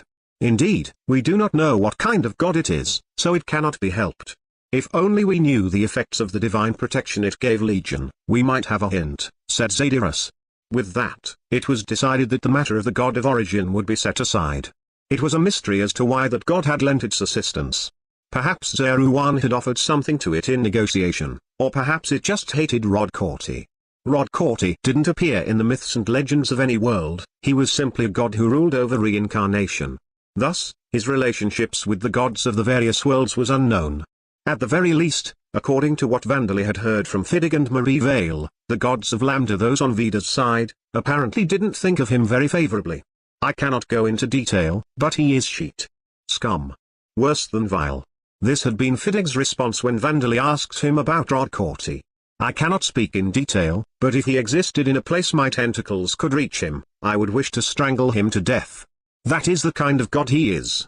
This had been Marie Vale's response. It seemed that Rodcorti had been making a mess of things in the past as well. As gods, Fidig and Marie Vale hadn't been able to explain matters regarding souls, reincarnation and past events to Vandali in detail, but he got a clear picture of what they thought of Rodcorti. There are statues of Zeruan and Ricalant in the Church of Vida, aren't there? Vandali asked. Of course, Holy Son, said New Arza. Gods other than Vida had also been enshrined at the Church of Vida that was currently being run by New Arza. Statues of Alda, the god of law and fate, who was responsible for heavily wounding Vida, as well as his subordinate gods and other subordinate gods who were said to have joined his site, had been destroyed, and the other statues remained as they were. Of course, Zeruan and Ricalant's statues were enshrined there. Well then, let us make sure to pray to them the next time we visit the church. It seems that prayers reach the gods in Lambda, after all, Vandali said. It was difficult to imagine that the gods understood all of these prayers, however. Perhaps they would eventually send divine messages or something similar. Now then, next is Lump of Flesh Chan that became Legion's base, the life gold and the disappearing silver, said Luciliano. For now, let's discuss what we know, he began announcing what was known all about each item. First is Lump of Flesh Chan. I believe that it was likely one of the 3 holy grails that alchemists are trying to create, the base form of life. What is that? Vandali asked. If the one who created it does not understand, that makes things difficult, Master. Vandali had simply created Lump of Flesh Chan as a result of using the goddess-created resurrection device after magically reconstructing it in an attempt to fix it. That was how Vandali felt, but Luciliano looked at him with a gaze that was as if he were looking at something disappointing. The 3 holy grails are the supreme alchemy techniques that are considered impossible unless one becomes a god. It is said that the gods used one of these techniques when they created new life. It is otherwise known as life with no soul, Luciliano explained. Is it more incredible than the homunculus that Vansamu is trying to create as a body for Daso Jubasama? Asked Terra, referring to Daso as her mother-in-law. Note, this is an honorific that means mother-in-law. Luciliano nodded. A homunculus is artificial life. It would normally be considered the step before creating the base form of life. A homunculus is also life with no soul, but the versatility after creation is what makes them different. A homunculus can only become an artificial human, but the base form of life can theoretically become any form of life. From a mouse to a true elder dragon or colossus. Even an elder dragon. Borkus says that he can only defeat regular dragons. Holy Son, you've gone and created something incredible, said Datara. Wait, why are you sleeping? Vandali had been attempting to create a homunculus for the purpose of Dasa's resurrection. It was apparently a great shock to learn that he had created something a step above homunculi in doing so. No, it seems that he has simply gone limp like a dead tree from the shock, said Zadyrus, stopping him from falling onto the ground with her arms. Why was it that he had managed to achieve a holy grail of alchemy but failed to create a homunculus? The step before that holy grail. It seemed extremely absurd to Vandali. Still being held from falling onto the ground by Zadyrus, he asked Luciliano a question. If I created a new lump of flesh Chan and put my mother's spirit into it, would it be possible to resurrect her? Luciliano looked not at Vandali, but at Zadyrus. Zadyrus, make sure you hold Master properly, he told her. Master, it is theoretically possible. It is possible, but it is impossible for you as complete. It did not accept the souls around it at all. You even tried to put spirits into it yourself, did you not?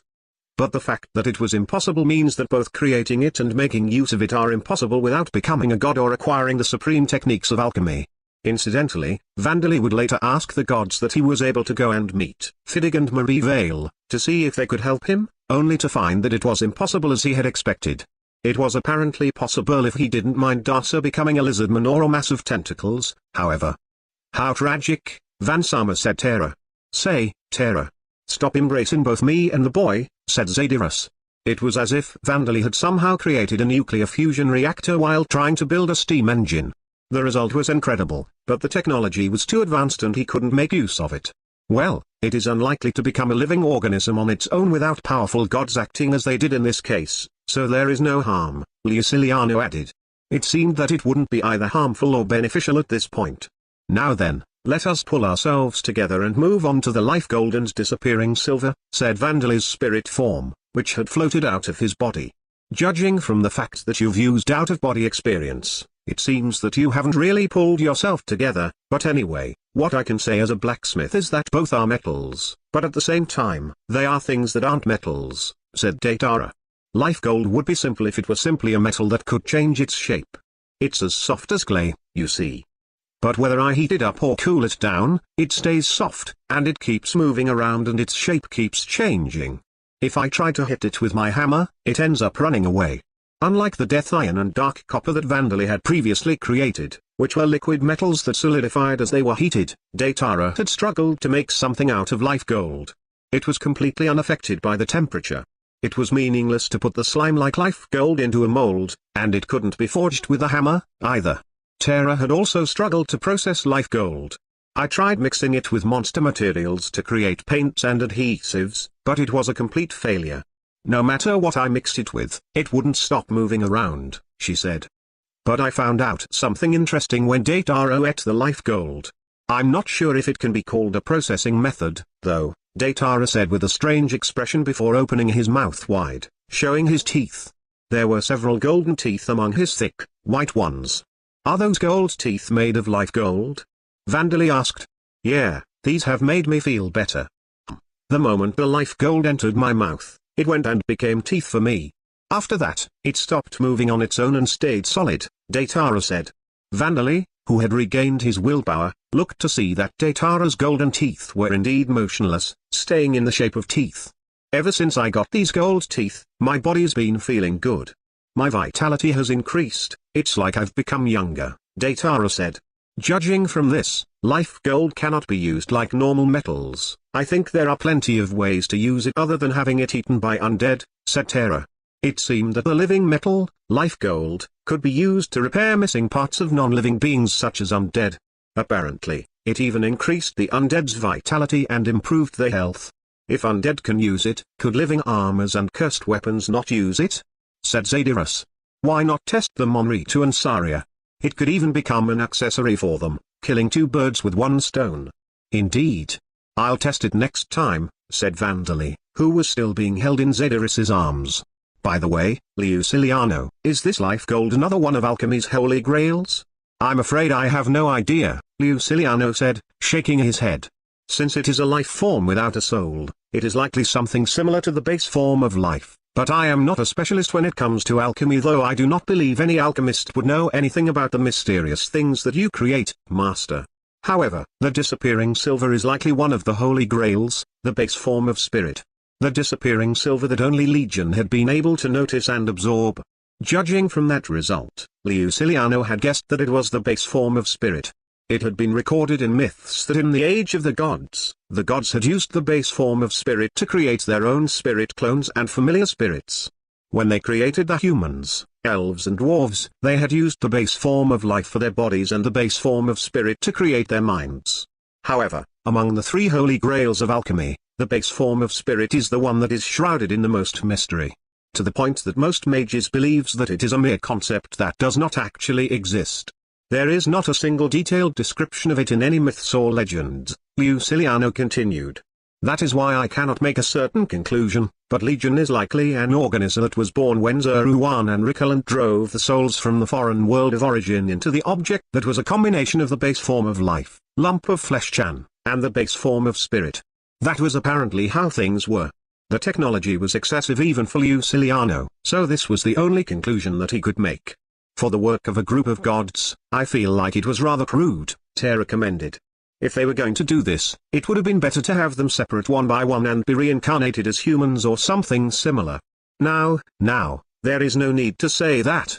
I am sure there were some circumstances that did not allow them to do this. And it is possible that if they were not put into that form, something might have prevented the reincarnation from being successful, said New Arza. If Zeruan and Rickeland had been listening, they might have winced at Terra's words and then given the thumbs up to New Arza's response. In that case, I can't think of any way to use the silver. For now, let's try using it on undead like the life gold, said Vandali. We'll lose track of it without Legion holding it for us, so we'll have to test it later, though.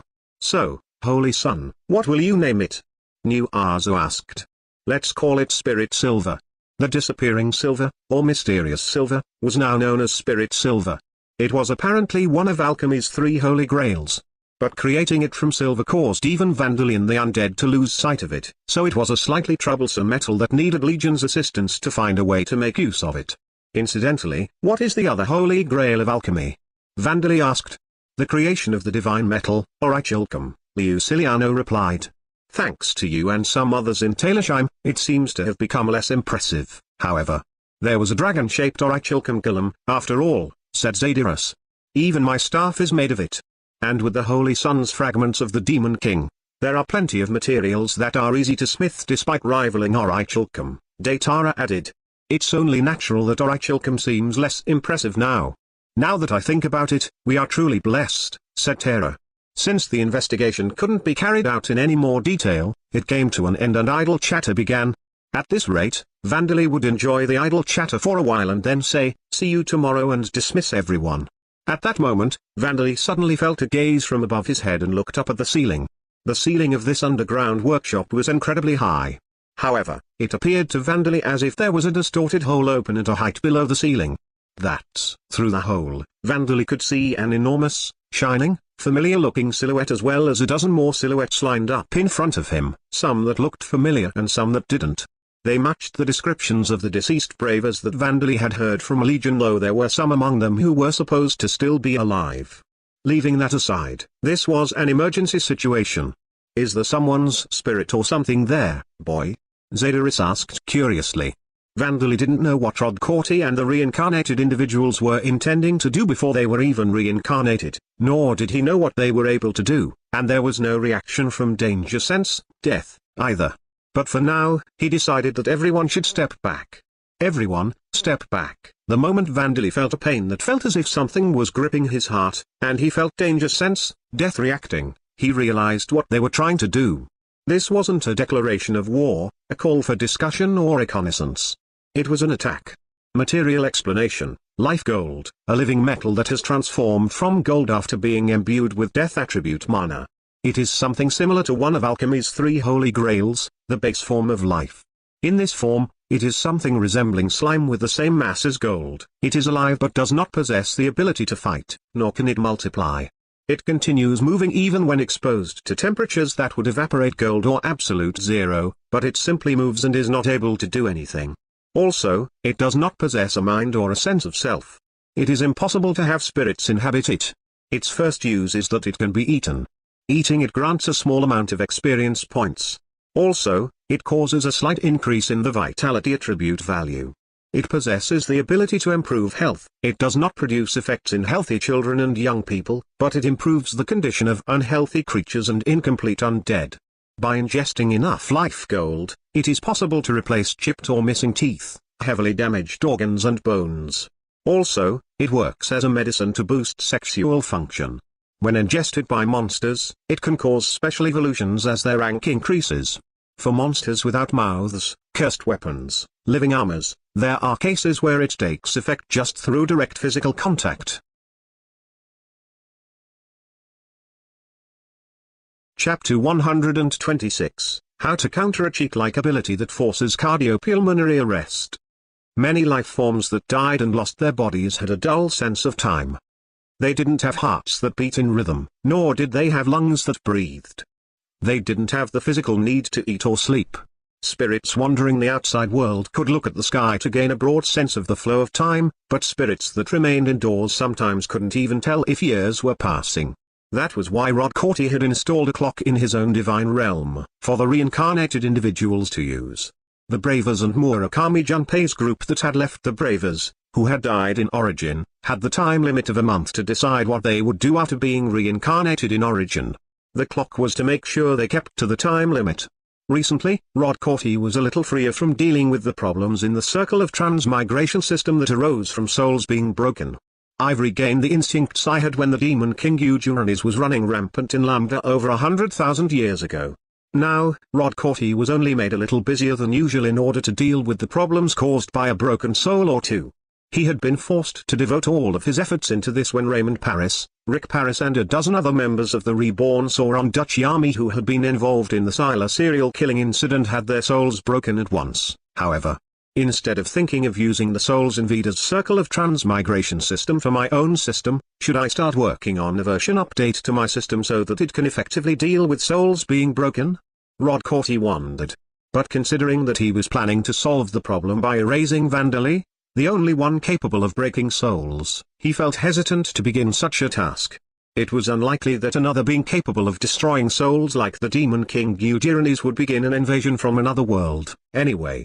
And if Andali did something reckless like destroying tens, or even hundreds of thousands of souls within a short period of time, no version update Rod Corti could implement into his system would be able to cope with it. The only thing he would be able to do in such a situation was to detach the part of the system that managed reincarnation in Lambda and several other worlds to prevent the entire system from collapsing. This was something that even the Demon King Eugenides hadn't done, likely because it was unclear as to what would happen in Lambda after the destruction of Rod Corti's system, but there was no guarantee that Vandali wouldn't do it. So then, isn't it better to make it so that you could detach only the Lambda portion of the system? Aran suggested, having listened to Rod Corti's monologue. That would be difficult, Rod Corti replied. My circle of reincarnation system has never been completely divided by world to begin with. Normally, souls are reincarnated within a single world, but the system has been designed so that a world can borrow souls from other worlds in order to deal with unexpected circumstances. It was a setup so that if world experienced an explosive growth in population and lacked souls, it could borrow souls that were awaiting reincarnation in worlds B and C. And due to this setup, worlds A, B and C could not be individually detached from the system. I see, Aran thought as he gave a sigh. So, in this case, those multiple worlds are Earth, Origin and Lambda? Rod Corti had reincarnated Aran and the others from Earth, which was close to Lambda in the system, into Origin, which was also close to Lambda. Now, he was trying to reincarnate them in Lambda, which was close to Origin. At the same time, Aran understood that if the situation called for it, Rod Corti would be forced to abandon Lambda, and Earth and Origin along with it. As the system's manager, Rod Corti probably had the right mindset, but, precisely.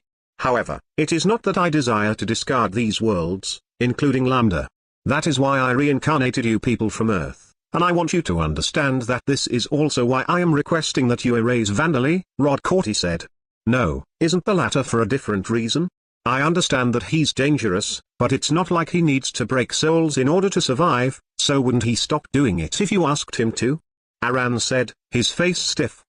He didn't think it was necessary to persistently try to kill Vandali. But it seemed that Rod Corti had a different opinion. If there was a highly intelligent, dangerous biological weapon with its own free will loose in the world of Origin that could not be controlled by humanity, what do you think humanity's leaders would choose to do? Rod Corti asked. Knowing the answer to this question without even using calculation, Aran looked downcast. Rather than believing the possibility that it won't harm humanity, it would be safer to erase it and reduce the chance of humanity being harmed to zero. Yes, I understand, he said, and then he walked away from Rod Corti. Rod Corti finally realized that he had a habit of unconsciously talking to himself, as he had spent most of his time alone. Now that he had created familiar spirits, even if they were only temporary, he needed to be more careful from now on. Kami-sama, can I have a word? The next person to call out to Rod Corti was the marionette Inui Hajime. He had come alone, without bringing any of his companions, not that it was clear if he had any companions left among the reincarnated individuals. His face was pale, his eyes were wandering, and his hands and knees were trembling. I'm surprised he can express his emotions to this extent despite being a mere soul, Rod Corti thought. Even he, who thought little of the human mind, was impressed. It seemed that Hajime's thoughts were in disorder. Thus, Rod Corti spoke to him with a gentle tone. Have you come to a decision? This didn't seem to be effective, however. That's right. About that decision. Is it possible for me to be reincarnated somewhere as a baby with my memories and personality erased? If possible, without my fortune and powers. Hajime shouted. Despite being able to read Hajime's thoughts, Rod Corti fell into a surprised silence at this unexpected request. I thought that humans were creatures that do not even hesitate to kill others in order to protect the power, rights and fortunes that they have gained, but for Rod Corti, who had these thoughts regarding humanity, Inui Hajime's request was an unexpected one. Unlike Earth and Origin, the value of life was small in Lambda. Excluding those born as royals or nobles, the world's inhabitants had their lives and belongings stolen in frequent wars, and this was considered normal.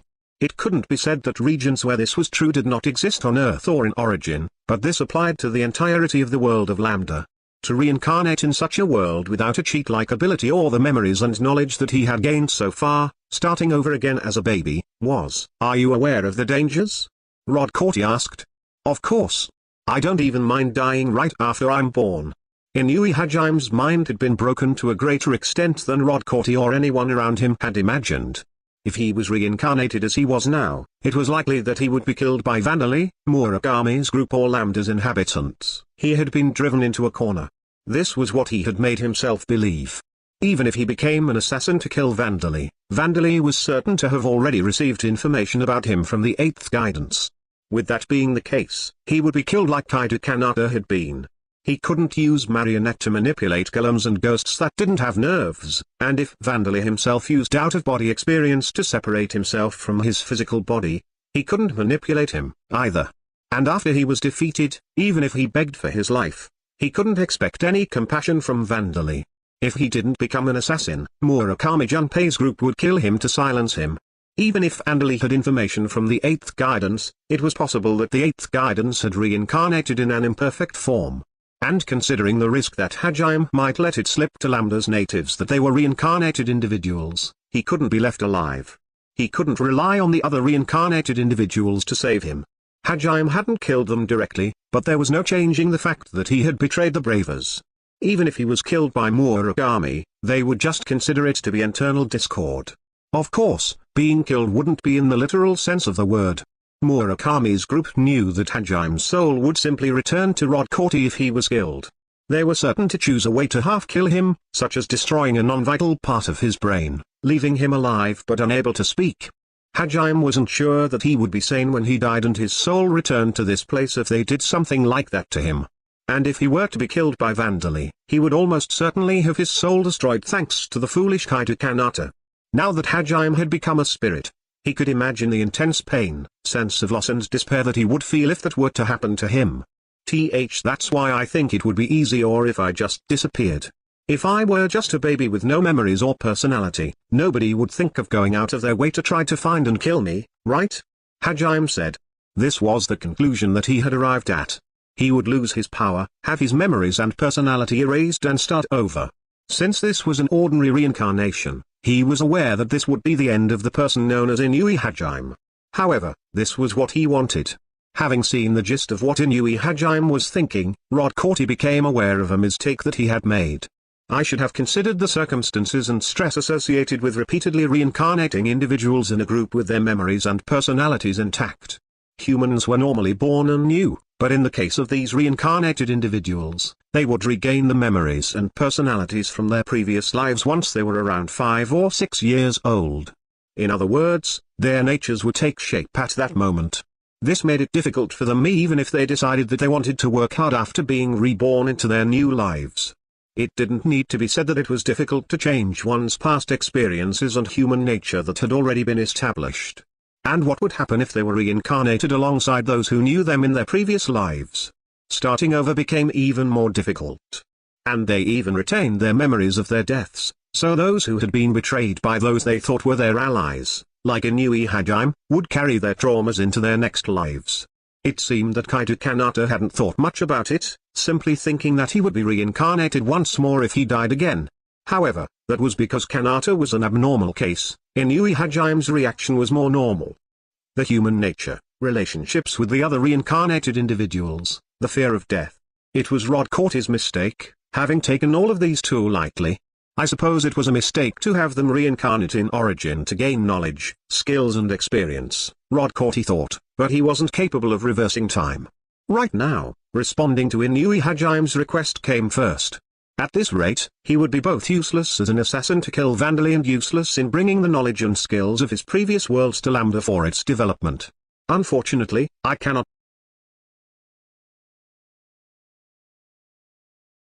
It would waste the effort he had spent in granting him a cheat-like ability and the time that he had spent in Origin. Even if he would be nothing more than a sacrificial pawn, Rod Corty wanted him to play that role up until the end before he disappeared. Why? Hajime demanded. Because I cannot do it. Though those were Rod Corty's thoughts, he could not honestly speak them out loud. If the plan for Lambda's development was proceeding smoothly, then it wouldn't have been a problem for Inui Hajime, a single individual, to give up. But the current situation was one of crisis. Every single usable resource needed to be utilized to its limit. Then, what the hell am I supposed to do? Hajime muttered. At this rate, it was likely that Hajime would choose to kill himself after being reincarnated, so Rod Corty decided to lend him some strength. I will set up your marionette ability to activate itself automatically and end your life in the event that you are put into the half-dead, vegetable state that you are fearing, and you do not wish to recover from that state. Will that be enough? Rod Corty asked. Though such a thing would have been impossible for Rod Corty to carry out on Vandali, as he had received no cheat-like ability, it was possible for him to perform adjustments like this on Inui Hajime and the other reincarnated individuals. Then Inui Hajime looked crestfallen at how small Rod Corty's support was. Let me think about it a little more, he said as he walked away. If he comes back, that is when I shall decide how to use him, or whether I should return him to the circle of transmigration if he will be of no use, Rod Corty thought. Another reincarnated individual approached. It was the clairvoyant Tendu Tatsuya. I have a proposal. I want you to let me gather information, he said. What do you mean by gather information? Rod Corty asked. From this divine realm place, it's possible to see the worlds whose circles of transmigration you control. Isn't that right? That is correct, but I do not think there would be any meaning to gazing at the worlds. It was possible to gaze at the worlds from Rod Corty's divine realm. However, the precision of the image would be like looking at Earth from outer space at a distance that made it appear to be the size of a clenched fist. It would be possible to see the shapes and locations of the continents, as well as phenomena that were larger than the continents themselves. However, islands would be difficult to see. Seeing the activity of humans would be impossible. I do not mind if you wish to gain a broad idea of Lambda's geography, but Rod Corty muttered, displaying an image of Lambda in front of Tendu. The world of Lambda could be clearly seen in this spherical image that was about the size of a baby's head. It could even be considered a special privilege for a mortal to see the shape of the world that was still unknown to the people living in it. Incidentally, the reason that Rod Corty could only see the world at this distance was because he was not a god that was acknowledged in Lambda. If he were a god who was worshipped by many people, like Alda, the god of law and fate, he would be able to see the areas where large numbers of his followers were living in with more detail. But for Rod Corty, whose very existence was not known to anyone in Lambda, this was the limit. At least, that was supposed to be the case, but for some reason, there was one part of the world of Lambda that was a little easier to see. Is it just my imagination? This is the southern area of the Barngaya continent, the nation ruled by Vandali. I see, Vandali, as a reincarnated individual, is aware of my existence. Is that why? But this is a matter that has nothing to do with mana, it is a matter of how many people acknowledge me. Can a single person have this much influence? Though it was visible, it was only a little better than the other regions, it wasn't enough to be useful. Just as Rod Corty decided that it was just his imagination after all, Tendu smiled, gazing intently at the world of Lambda. All right, this will work, he said. Kami-sama, please make it so that I can use clairvoyance. With this, I want to see the inside of the Boundary Mountain Range, the nation that Amamiya has built. The clairvoyance ability that Tendu Tatsuya had received from Rod Corty was a collection of multiple vision-related abilities. Among them was an ability called telescopic vision. However, that ability on its own wasn't a particularly incredible ability. Since a pair of binoculars or a telescope was enough, he hadn't really tried to improve it. He could only magnify his vision by a few times. Even so, he would likely be able to see Taylorsheim's geography and its town, as well as the shape of the castle's walls. That alone would be information that Asagi and his other companions could use to make decisions. Or so Tendu thought. I see, Rod Corti muttered, thinking of a way to use Tendu to gather information. Now that you have become but a soul made of spirit, no physical limitations exist for you. The problem is mana, but I can simply lend you some and it will be sufficient. Very well, Tendu Tatsuya. Let us try to see the current Vandali, using your power. Tendu's clairvoyance was originally something that Rod Corti had created by processing his own divine power, but the pre-processed divine power could not be used by any other than its owner, Rod Corti himself. It was nothing more than energy. And because there were restrictions associated with being a god, there were many things that were impossible for him to do. However, by processing his divine power so that a human could use it, humans could use that power to do things without the restrictions of being a god. I see. Humans are useful after all, Rod Corti thought. Now then, I will make it so that everyone can see what you can see, Rod Corti said. You can do something like that? It is possible. For better or worse, you people are currently in a state where you are free from the limitations of physical bodies. In fact, the reincarnated individuals didn't have limbs, eyes or noses. The sharing of information was simple with Rod Corti's assistance. And then Rod Corti gathered all of the reincarnated individuals, as well as Aran and Izumi, his familiar spirits. And then he explained the principle of using Tendu's clairvoyance to gather information on Vandali. Nobody objected?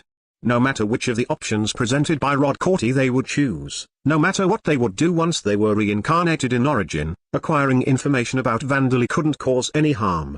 Even from Aran and Izumi's point of view, information about Vandali and Taylorsheim was so limited that they were desperate to know more about them. And this was a divine realm. It was a space that was isolated from Lambda. Even if they used clairvoyance to look at Vandali, Vandali himself would never notice. And even in the near impossible event that he did, he wouldn't be able to do anything about it. Is this really alright? You're the ones who said that there's a lot of things that we don't know about his powers. Inui Hajime shouted, seemingly still uneasy and seeking reassurance. Indeed, it was impossible for Rod Corti to see Vandali's status, as Vandali was not one of his followers. The only information he had regarding Vandali was what others had seen and heard of him. That was why Rod Corti could only guess when it came to things that the people who had seen Vandali didn't know or understand. It is fine, Rod Corti said in an attitude that was as if this was the only natural answer. Izumi and Aran reassured Hajime as well. I understand your doubt, but it's just as this guy says.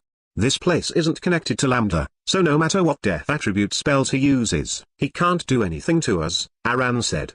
Even with 1 billion mana, even with the Demon King's fragments, he can't reach us here. And he won't even notice us to begin with, Izumi added. Then I suppose it's fine, Inui Hajime said. Tendu immediately began activating his clairvoyance. This is amazing. The sensation of being supplied with an inexhaustible amount of mana. The image that Tendu saw was shared with all of the reincarnated individuals and the familiar spirits through Rod Corti. At first, it was like an image of the planet Earth taken by a satellite, but it quickly zoomed in, allowing them to see the ground surface. What they saw surprised the reincarnated individuals and even Izumi and Aran, who had already investigated Vandali to a certain extent. This is incredible. There are more walls than the last time we saw it. How many walls does he have to build before he's satisfied? And are those catapults? And there are crossbows in the gaps in the walls. What are these? They're all undead. Wait, the outside wall isn't just a wall. The whole thing is a golem. And the patterns and decorations on the buildings and walls are all golems as well. Are they for surveillance? No, it's not just golems. What are those flying things? Transparent skulls, and are those Pteranodon zombies below them? The majestic appearance of Taylorsheim as viewed from the sky. No, perhaps it was better described as bizarre. Its defense system looked terrifyingly outlandish in the eyes of the reincarnated individuals. Including the wall-shaped golem, there were 8 tall, heavy walls. A number of cursed crossbows that would be foolish to try to count. A number of catapults. And the surveillance network and anti-air nets spread out across the city. All of this stuff is ridiculous, Murakami muttered. Is this some kind of model created by an amateur in siege and military tactics without thinking about the costs of maintenance? But Murakami-sensei, that ridiculous nonsense, none of it is just a model, is it? Said Kaneko. I've heard about it, but actually seeing the whole thing I'm speechless. As Murakami-junpei said, Vandali was almost completely ignorant when it came to siege and military tactics. If he had been somewhat more knowledgeable, he might have used Japan's castles as a reference and come up with better shapes for the walls. But being ignorant, he had simply built the walls to be tall, thick and many. He had increased the number of crossbows, set up rows upon rows of catapults and created golems, lemures and pterosaur zombies for surveillance. Normally, such an inefficient defense method would be impossible to make a reality. But as Vandal's mana was in the hundreds of millions, and he possessed the golem transmutation and death attribute magic skills, he had even mined the stone from dungeons, made up for the building costs with his own mana and created a defense system that had almost no maintenance costs other than more mana. "I'm going to look inside the town," said Tendu, recovering from his surprise as he looked further inside Talersheim. It seemed that it was the middle of the night, but people were going back and forth in a lively manner. Seeing this, the reincarnated individuals felt just as much shock as they had when they saw the walls and defense system. Human-shaped monsters, and those are the black goblins and Danubises.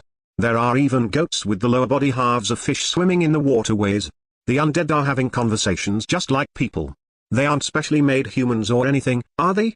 In origin, monsters were creatures that had been transformed by mana. They were dangerous beasts, and even though they had various uses such as being stuffed after they were killed, they weren't things that could be kept as pets. And undead were simply moving corpses, treated as monsters that needed to be disposed of. Those dangerous beasts were exchanging words, using tools and carrying out cultured lives. It seemed that there was a disparity between the information the reincarnated individuals knew and what they were actually seeing. "Once we are reincarnated on that side, we can't exterminate monsters carelessly," Asagi said. Nobody could blame him for saying that. However, Aran denied that opinion with a bitter smile on his face. "It's not like all monsters are as civilized as this. Talersheim is special. Also, ghouls and Silo are people in that world, just like elves and dwarves. One would certainly die an early death in Lamdo if they made the misunderstanding that all monsters and undead were like the citizens of Talersheim. And it would also be dangerous to not acknowledge those of Vida's races, such as ghouls and Sila, as people. They're people? There's got to be a limit to how exotic you can be.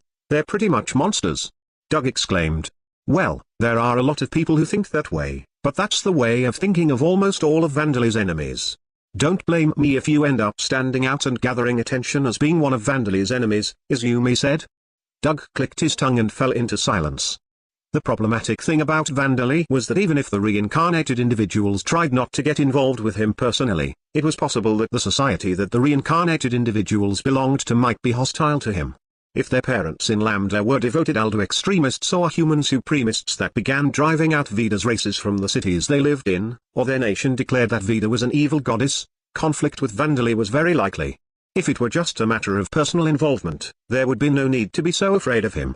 However, he was the leader of a nation, and even had the mobility to effortlessly step foot outside of Talersheim.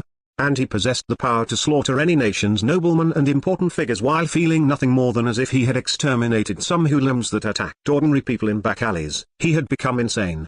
At the very least, it appeared that way to Izumi and the others. In the future, if he were to pass through a nation and found members of Vida's races and Vida believers that he felt pity for, it was possible that he would burn everyone else in the nation in the fires of disaster in order to rescue them. Even if he couldn't save them, there was no guarantee that he would stay uninvolved. "That's why I want you to do your best to not be on any side that opposes him, even if you choose to not get involved with him," said Izumi. "You don't want to get hurt by getting mixed up in that, do you?" "I'll keep that in mind," said Tendu. And then Tendu displayed Talersheim's numerous facilities with his clairvoyance.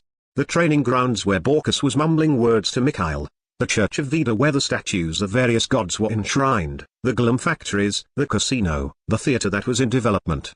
He couldn't see past the entrance of the buildings for the public bathhouses, however. "Is there no sound? I want to know what they're saying," said Akaki. "Akaki, my ability is clairvoyance," said Tendu. "I don't have ears attached to my eyes. They're speaking something close to Japanese, so do your best with lip reading." Note, the kanji for the Japanese word for clairvoyance is something like long-distance eyes. There are a lot of them that have really differently shaped jaws, though. Though this was obvious, the image was nothing more than clairvoyance. Thus, there was no sound at all. There were some among the reincarnated individuals who had knowledge on lip reading, but none of them could read the words of the lion-headed ghoul males, the Orcuses, the Anubises or the skeletons that had no flesh on their faces. "Hurry up and display Vandali, the main subject at hand." Also, I want to see the 8th guidance members and Gazer, who should have been reincarnated here, said Murakami. Murakami, my clairvoyance isn't an ability that can immediately look at a designated person, said Tendu. If they're not somewhere in the castle, we'll give up for today. Tendu directed his gaze at the last remaining building, the royal castle, and displayed the interior of the castle. Even the inside of this enormous castle had bizarre defenses set up. Dinosaur zombies and dinosaur skeletons lined up in rows, as well titans and ghosts that seemed to be there as security. A room where an enormous girl that had come up in the known information, sleeping in a room with bizarre zombies. Legion was inside that room, but though it wasn't in the known information, even Rod Corti looked over her, simply thinking that she was a new undead that Vandali had created. What is that lump of flesh? And there aren't any babies or pregnant women. Where are Valkyrie and the others? Murakami wondered. Wait, it looks like there are some people in an underground chamber, said Tendu. The image went one floor lower, displaying Vandali's underground workshop. Vandali was in there, but there were also a pair of beautiful female ghouls, one who appeared to be in her mid-teenage years and the other in her late teenage years, a slender man with a handlebar mustache, and 2 undead titans with him. The image displayed white hair, bloodless, candle wax-like skin and the eyes that looked like those of a dead fish, the exact description from the known information. Oi, he's looking at us. No, our eyes have met by coincidence. That should be the case. Huh? No, this guy, hasn't he seen us? As this situation bewildered the other reincarnated individuals, as well as Aran and Izumi, there was one person with something else on his mind. Oi, Kami-sama-san. Keep quiet and listen to me. It was the Death Psycho no Kyuji. He had realized that Rod Corti could read his mind, and he had utilized this to call out to Rod Corti without the other reincarnated individuals noticing. Make it so that I can use my death scythe. Also, lend me your mana, like you did with Tendu. If you do that, I'll be able to attack Vandali one-sidedly from here, right? Reading these thoughts, Rod Corti considered Kyuji's idea and gave an immediate response. Very well. He allowed Kyuji to use Death Scythe's power as a spirit and backed him up with mana as he had done with Tendu. Ha! If I kill him, make sure you give me plenty of rewards. And then, without any hesitation, Kyuji stopped the movements of Vandali's heart and lunges with his Death Scythe. Unable to breathe and feeling a pain in his heart, Vandali instinctively realized that he was being attacked. And before thinking about anything in detail, he fired death bullets towards the hole near the ceiling through which Rod Corti and the reincarnated individuals were visible. Vansama? Holy Sun, what is the matter? Vandali could hear terror and knew Aza's surprised voices, but he didn't have the ability to respond. The death bullets that he had fired using chant revocation as usual passed straight through the image above him, hitting the ceiling and vanishing. The reincarnated individuals in the image appeared to be surprised, but they seemed to be completely unaffected. Next, he activated the Demon King's horns and produced a single horn and fired it using telekinesis. Something is attacking. Zadiris shouted. At the same time, the Demon King's horn, like the death bullets, passed through the image and crashed into the ceiling. Just what kind of attack is it, from where? Shouted Luciliano. Damn you. Cowards, not even revealing yourselves. Nuaza cursed. Next, Vandali placed a magic absorption barrier between himself and the image, and even turned the floor into a glum to create some cover. But there was no effect. Among the reincarnated individuals was one who... Cowards, not even revealing yourselves. Nuaza cursed. Next, Vandali placed a magic absorption barrier between himself and the image, and even turned the floor into a glum to create some cover. But there was no effect. Among the reincarnated individuals was one who resembled the clairvoyance Tendu Tatsuya in Legion's description, who was clearly flustered. Him bending backwards and stiffening unnaturally was indeed a change, but it wasn't something that changed the situation for the better. Vandali couldn't breathe, and his heartbeat had stopped. He still remained conscious due to the activation of the Surpass Limits skill, but, left with no other choice, Vandali used out-of-body experience to leave his body. I couldn't breathe. Well, I still can't, he said. With this, he wouldn't lose consciousness due to a lack of oxygen in his brain. Since his spirit was now doing his thinking instead of his brain, the oxygen consumption of his brain would decrease as well. Boy, what is happening? Zadiris cried. An attack from a divine realm, Vandali replied. It is likely Death Scythe's ability, so my heart and lungs have stopped. What? Is it that reincarnation god? Daitara exclaimed, cursing Rod Corti. We can't attack back? Zadiris was holding her staff, looking frustrated. Vandali now understood that only he could see that image. Next, he instinctively realized that there wasn't really a hole open in the space above him, he was simply being seen, and there was no physical connection. It was likely that the clairvoyance ability had been reflected by the abyss skill, allowing Vandali to gaze back at the reincarnated individuals. That was why no spells, including the death bullets Vandali has fired, nor the Demon King's fragments, would reach his foes. Since clairvoyance could see through objects, creating cover was meaningless as well. Normally, Vandali would be quite hard-pressed by these circumstances. His heartbeat and breathing had been stopped, and he couldn't run away, either. As for Zadyrus and the others, they couldn't even see the enemy. Vandali was about to tell them to run, but quickly realized that there was no point. As long as clairvoyance was among the enemy could find them no matter where they ran. I did try to counterattack, but it seems that it's not very effective, said Vandali. One of the reincarnated individuals, the death side Kono Kyuji, seemed to be suffering a little, but that was all. I guess reflecting the damage from cardiopulmonary arrest with abyss doesn't have much effect on someone with no physical body, Vandali said. Master. I'm sorry to say this while you seem to have calmed down, but your body looks like it is in bad shape. Luciliana warned him. The color of your lips is a little paler than usual. Tara exclaimed. It seemed that it was probably best for Vandali to do something about his body. Well then, first of all, I'll activate the Demon King's blood. In Rodcourt's divine realm, the reincarnated individuals had lost their presence of mind. You bastard. Are you trying to get ahead of us? Murakami shouted in frustration. Hey. I can use Death Scythe as long as I can see the target's face. It was an easy victory with the gods' permission and cooperation. Kyuji said, his face twisting horribly with an expression of triumph. Oi, stop. What the hell are you thinking? Realizing that Kyuji was trying to kill Vandali, Asagi and Akaki tried to grab him and stop him, but they couldn't touch him. Spirits can't touch each other? They can, but only when they have no hostility towards each other. Or at least, that is how it works in my divine realm, said Rodcourt. I have adjusted things so that you people cannot fight amongst yourselves and become fewer in number.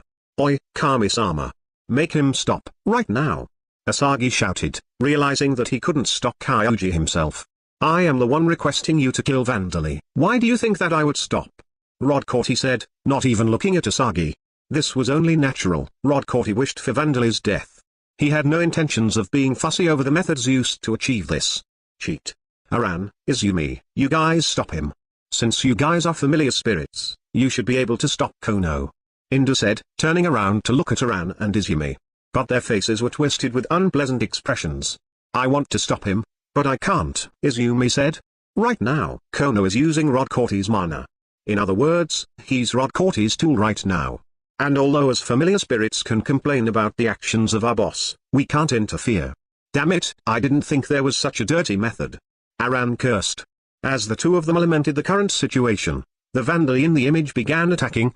Kyuji gave a tense scream, but Vandali's spells and Demon King's horn disappeared, not coming out through the image. Damn him, threatening us like that. Kyuji cursed. Hey, isn't he completely aware of us? We're not involved at all, you know. It doesn't matter. Whether he notices us or not, I'm going to kill him, right now. Oi, Tendu, don't you stop the clairvoyance. I'll share my rewards with you. Tendu, stop, right now. Shouted Kuya. Tendu was receiving completely opposite instructions, but he couldn't respond. Rodcourt was forcibly pouring his mana into him, making it impossible to close the clairvoyance. No way, isn't there anything we can do? Kuya muttered. Oi, calm down, said Murakami, who seemed to have calmed down completely, though he looked a little frustrated. It's not really that bad a thing. We're just killing him without any of us dying. It's not like you guys think of him as a virtuous saint either, right? And Izumi, Aran, you only want us to not attack him because you don't want Asagi and the others to fight him and get killed. It's not like you actually want to save him. So then, isn't it fine to just let Kyuji kill him now if he can? That's. Murakami's words seemed to have hit the mark. Izumi and Aran felt sympathy for Vandali, who had once been Amamiya Hiroto. However, they prioritized their companions, the planet Earth that had been their home, and the world of origin that had been their second home. If the sacrifice of Vandali, one individual, could remove the danger to all of those, was it something that needed to be stopped? He's more persistent than I thought, damn it, just hurry up and die. Your heartbeat and breathing have stopped, you have no choice but to die, no matter what you do. Shouted Kyuji. He was ignoring Asagi and Akaki, who had stopped moving, as well as Izumi and Ran, and using his death scythe with all of his might. For some reason, he felt a pain in his chest, but as Vandali seemed to be more tenacious than he'd expected, he couldn't let his power falter.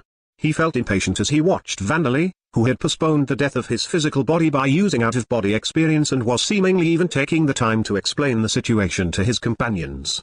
Every time Kyuji had used Death Scythe previously, it had never taken more than a minute for his target to lose consciousness. Since he currently had no other ways of attacking, Kyuji felt impatient. To the point that he took no notice of Rod Corti, who was quietly observing him and Vandali. However, at this rate, he would be able to kill Vandali. That was supposed to be the case, but suddenly, black blood spurted out from Vandali. What's that? Unable to endure pain, he killed himself. No. He's moving the blood himself to replace the function of his heart? Having activated the Demon King's blood, Vandali returned the blood that had spurted from his body back into his body through a wound that he had opened elsewhere, circulating the blood inside his body. This is a countermeasure that I thought of when I first heard about Death Scythe, but to think that I'd be using it so soon, he said. Death Scythe simply stopped the movement of his heart and lungs. The organs hadn't been physically crushed, nor had his blood vessels been blocked. Thus, there was no problem in circulating blood if the blood itself moved. He couldn't control his blood perfectly, so he was causing excess pressure against his blood vessels and causing his capillaries to scream. Blood was flowing from his eyes, ears and mucous membranes, but it was far better than dying, though he felt bad for showing this to Zediris and the others. Next was his breathing, but he had a solution for this as well. There were ingots in the workshop for creating death iron. Vandali used Golem transmutation to produce 2 thin pipes from these. He used telekinesis to move the pipes and create 2 holes of appropriate depth in his own chest. Boy. Vansema? It's alright, I'm just opening holes in my lungs to create an entrance for air so that I can breathe. There was a dull sound, and blood seeped out of the wounds. Being pierced between the ribs caused a considerable, sharp pain. Next, Vandali created a golem of the remaining iron and other metals to act as a pump that circulated air inside his lungs. With this, he could maintain life even though Death Scythe had stopped his heart and lungs. Now the problem was, he could maintain life, but he still couldn't think of a way to counterattack. What now? Since Kono Kyuji was using Rod Corti's mana instead of his own, Vandali had the feeling that a war of attrition was meaningless. As this thought occurred to him, Zediris suddenly put the iron pipes in her mouth. I just need to send air into you, is that right? Leave it to me, she said, and then she started to carefully breathe air into the pipes. Please wait, I'm going to make a golem. What will you do if you make a mistake with the golem's strength and your lungs rupture? Tara exclaimed. I can't deny that there is that risk, but I thought it would be better than doing nothing and dying, said Vandali, avoiding eye contact. The truth was that he had never tested making an artificial respiration golem, so there was indeed a risk that he would make a mistake with the pressure and cause his lungs to rupture. However, there was a reason that Vandali didn't want to ask them to do this. Inside the image of the divine realm that Vandali could see, the Death Scythe Kono Kyuji was shouting about something. His eyes were glaring at Zediris. Vandali felt a shuddering reaction from danger sense, death. Yuga? Ah. Ugh. Zediris, Tara and Luciliano staggered, clutching their chests. What is this? Even our lungs have stopped, said Nuaza. This is no good. The enemy is trying to stop all of our lungs so that the Holy Sun can't breathe. Us undead won't die, but Jiaojin and the others are in danger, shouted Deitara. It seemed that Kono Kyuji had decided to simply kill Vandali and had no intention of giving up. That was why he intended to kill those other than Vandali as well. So, you'll use any method available, Vandali muttered. As Zediris, Tara and Luciliano suffered, breaking out into a cold sweat, Vandali extended his spirit form towards them and fused himself with them. Well then, I'll use any method available as well. Before Vandali even finished speaking, the face of Kono Kyuji, which was twisted with murderous intent, fell apart. It scattered into very small pieces, disappearing like particles of light. The other reincarnated individuals stopped moving, and then the image of them disappeared. It seems that by fusing with Zediris and everyone else, I was able to reflect the damage for everyone with the abyss skill and overcome the enemy's limit, Vandali said. Kaha. Ha, I thought I would die, said Tara. Master, is it over for now? If it is, then please tell me about the divine realm. Tell me what it looked like, Luciliano gasped. You should rest a little. And please wait until the Holy Sun has recovered. Luciliano was down by the rather merciless knuckles of Deitara and Nuaza.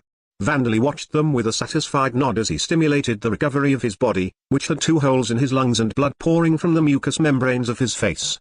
With this, he had destroyed one of his enemies. He had also seen the rest of the reincarnated individuals. They hadn't reincarnated yet, and most of them were enemies. Vandali wasn't sure about the clairvoyance Tendu Tatsuya. He had appeared as if his free will had been stolen from him. It was dangerous, but Vandali reserved judgment for now. The next time something happened, he would be the priority target to kill. The Oracle and Ikuya had been saying something, but Vandali didn't know what he'd been saying, so Vandali reserved judgment. He had seen Minami Asagi and one more, probably the Ifrit Akaki, trying to stop Death Scythe. But since they stopped partway through, judgment was reserved for them as well. There were some who didn't make a move from the beginning, and some that were shaking their heads the whole time while making X's with their arms. So are they trying to be my allies? Well, in that case, I'll look on them a little favorably as I reserve judgment, Vandali decided. Suddenly, he realized something.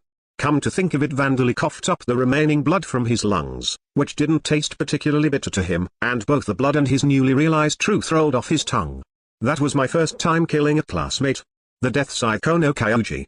Unlike the Gungnai Kaido Kanata, he was a classmate at the same school, whose face Vandali knew. I also had the option of attacking with the mental encroachment skill. The levels of the Abyss, God Slayer, Rapid Healing, Surpass Limits, Soul Break and Grotesque Mind skills have increased. Chapter 127, Mountains Cannot Be Moved for Now.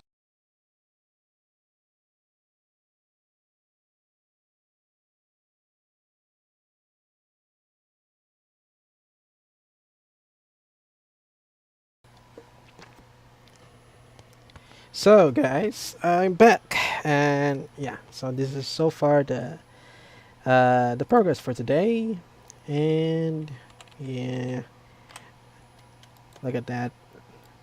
I finished the highlights for Ina over here.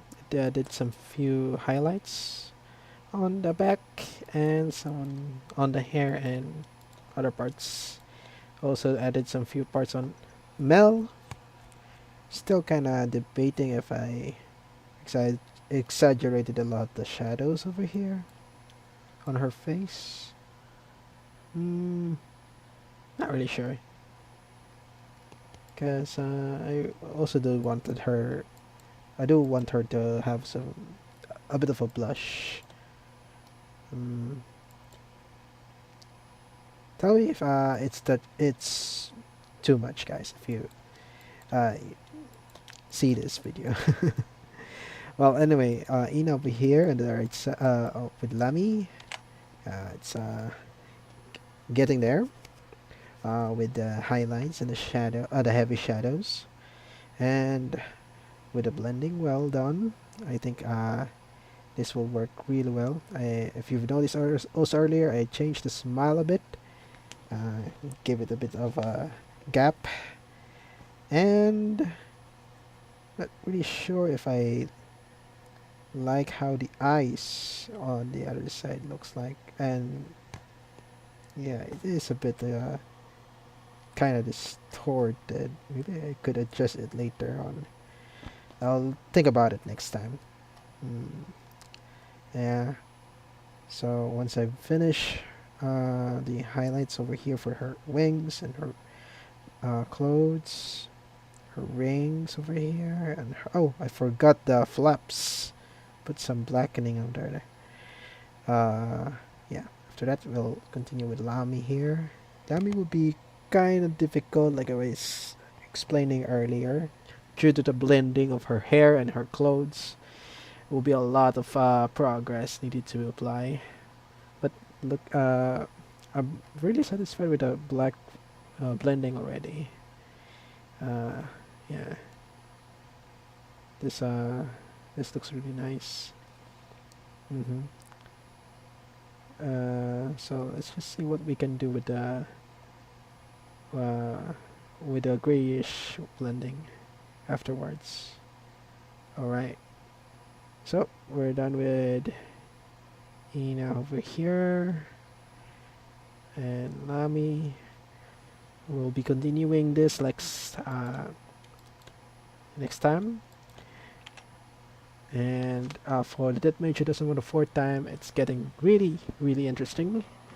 We just got to the point that the Bravers and Vanderlei has finally made contact. Well, actually, just eye-to-eye contact because of their distance, and just using clairvoyance with just like literally just trying to see each other in a Zoom meeting or something. But they still manage to attack each other using some mental attacks and magic. Uh, well, that was one down without even being reincarnated. So yeah, that side guy screwed up. So Kyoji, yeah, Kyuji, well yeah, Kyuji, uh, he he messed up, messed up so spectacularly. Uh, so this is indeed one of the things that I really enjoy of this series is the revenge, or what you may say, the karma of the people who tries to attack people. They always end up getting walloped at the end.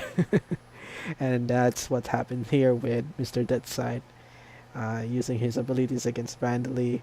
Even yeah, he was really a bad character also. So yeah, it doesn't really he doesn't really earn some sympathy or something.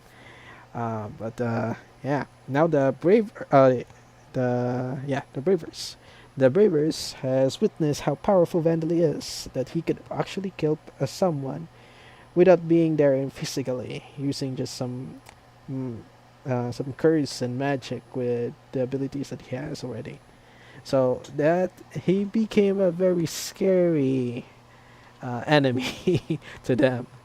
There will be definitely some people hesitating now to thinking of how to fight this monster of a creature. And also, I really enjoyed the part that Vandally is really just collecting uh, monsters here in left and right. And there are some of them that have some really absurd, uh, serious issues, mental issues, like the vampires. Yeah, their characters are very very questionable. Most of them are masochists. Such some really interesting characters. So they are definitely going to add some few more funny situations to this story now that they are part of Vanley's team. So we got some.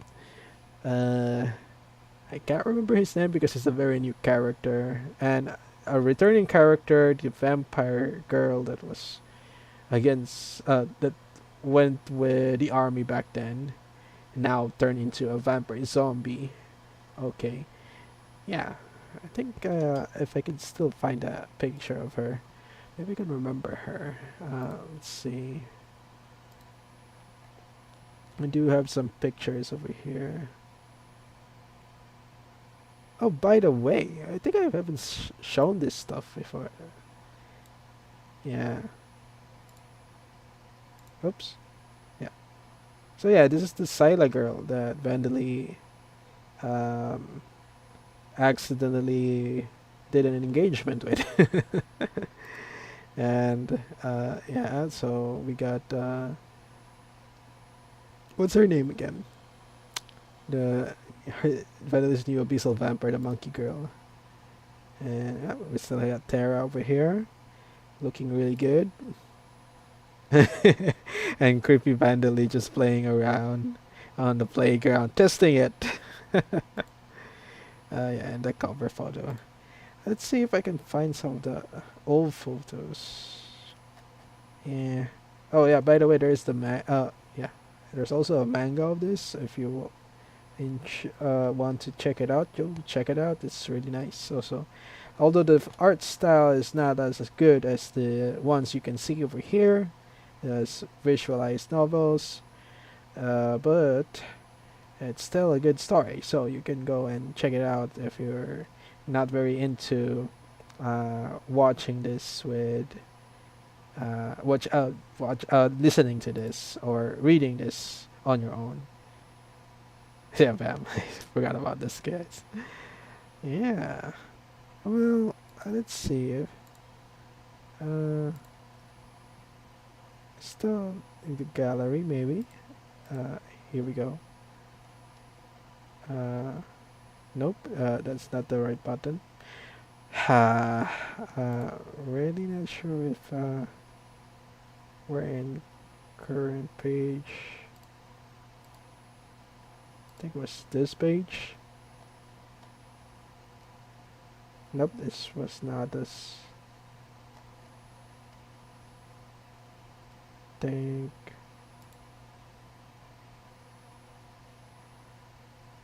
No. Well, by the anyways, yeah. Last chance, maybe this. Nope. I guess this is not it. But yeah, I think we got the idea that Vandalay has some new allies, including the old ones that he fought before. And yeah, technically we are getting some more really interesting stuff that's happening in the story. I still wonder what could Vandalay do to revive his mother, because he's like going on to multiple obstacles, multiple failures of just reviving his mother. Could it really be possible to revive her? So there will be some really interesting stuff that he might be able to accomplish now that he's also gaining so much really, really interesting titles and some really interesting abilities that, yeah, it's like from left to right, you can pick up what kind of abilities that he wants. Oh my goodness. He's just too OP right now. And this is just around like half of the chapters that are currently out right now. Yeah, so there's still like 100 more. Yeah, more than 100. Yeah, 150 or something. More chapters are about to I need to read from this. Let's see. Yep, pretty much. There's at least more than 100 more chapters to read from this wonderful light novel. Alright, so I think that's pretty much enough talking. I've explained a lot of the things that I've done today and the things that I've read, and I'm still looking forward to finishing this thing because I really want to continue with my project that is being penned because of this. Also, I really want to play around with the shadows with this one. Yeah, I will really want to add some interesting blending abilities here and there, because yeah, something that I've been trying to work out with my skill my skill tree right now. Yeah, okay. All right, like I said, that's too much to much of my speaking, and we'll end it here today. And I'll just look forward for more of this. If you were enjoying this stream, a lot of episodes like this will happen in the near future. All right, I'll probably post this in my my Twitter. Go check it out. If you want to leave a like, just go leave a like to me. And also in my YouTube channel, and subscribe if you enjoy these things. Alright, this is your boy Shrimp, and I'll be signing off. Peace.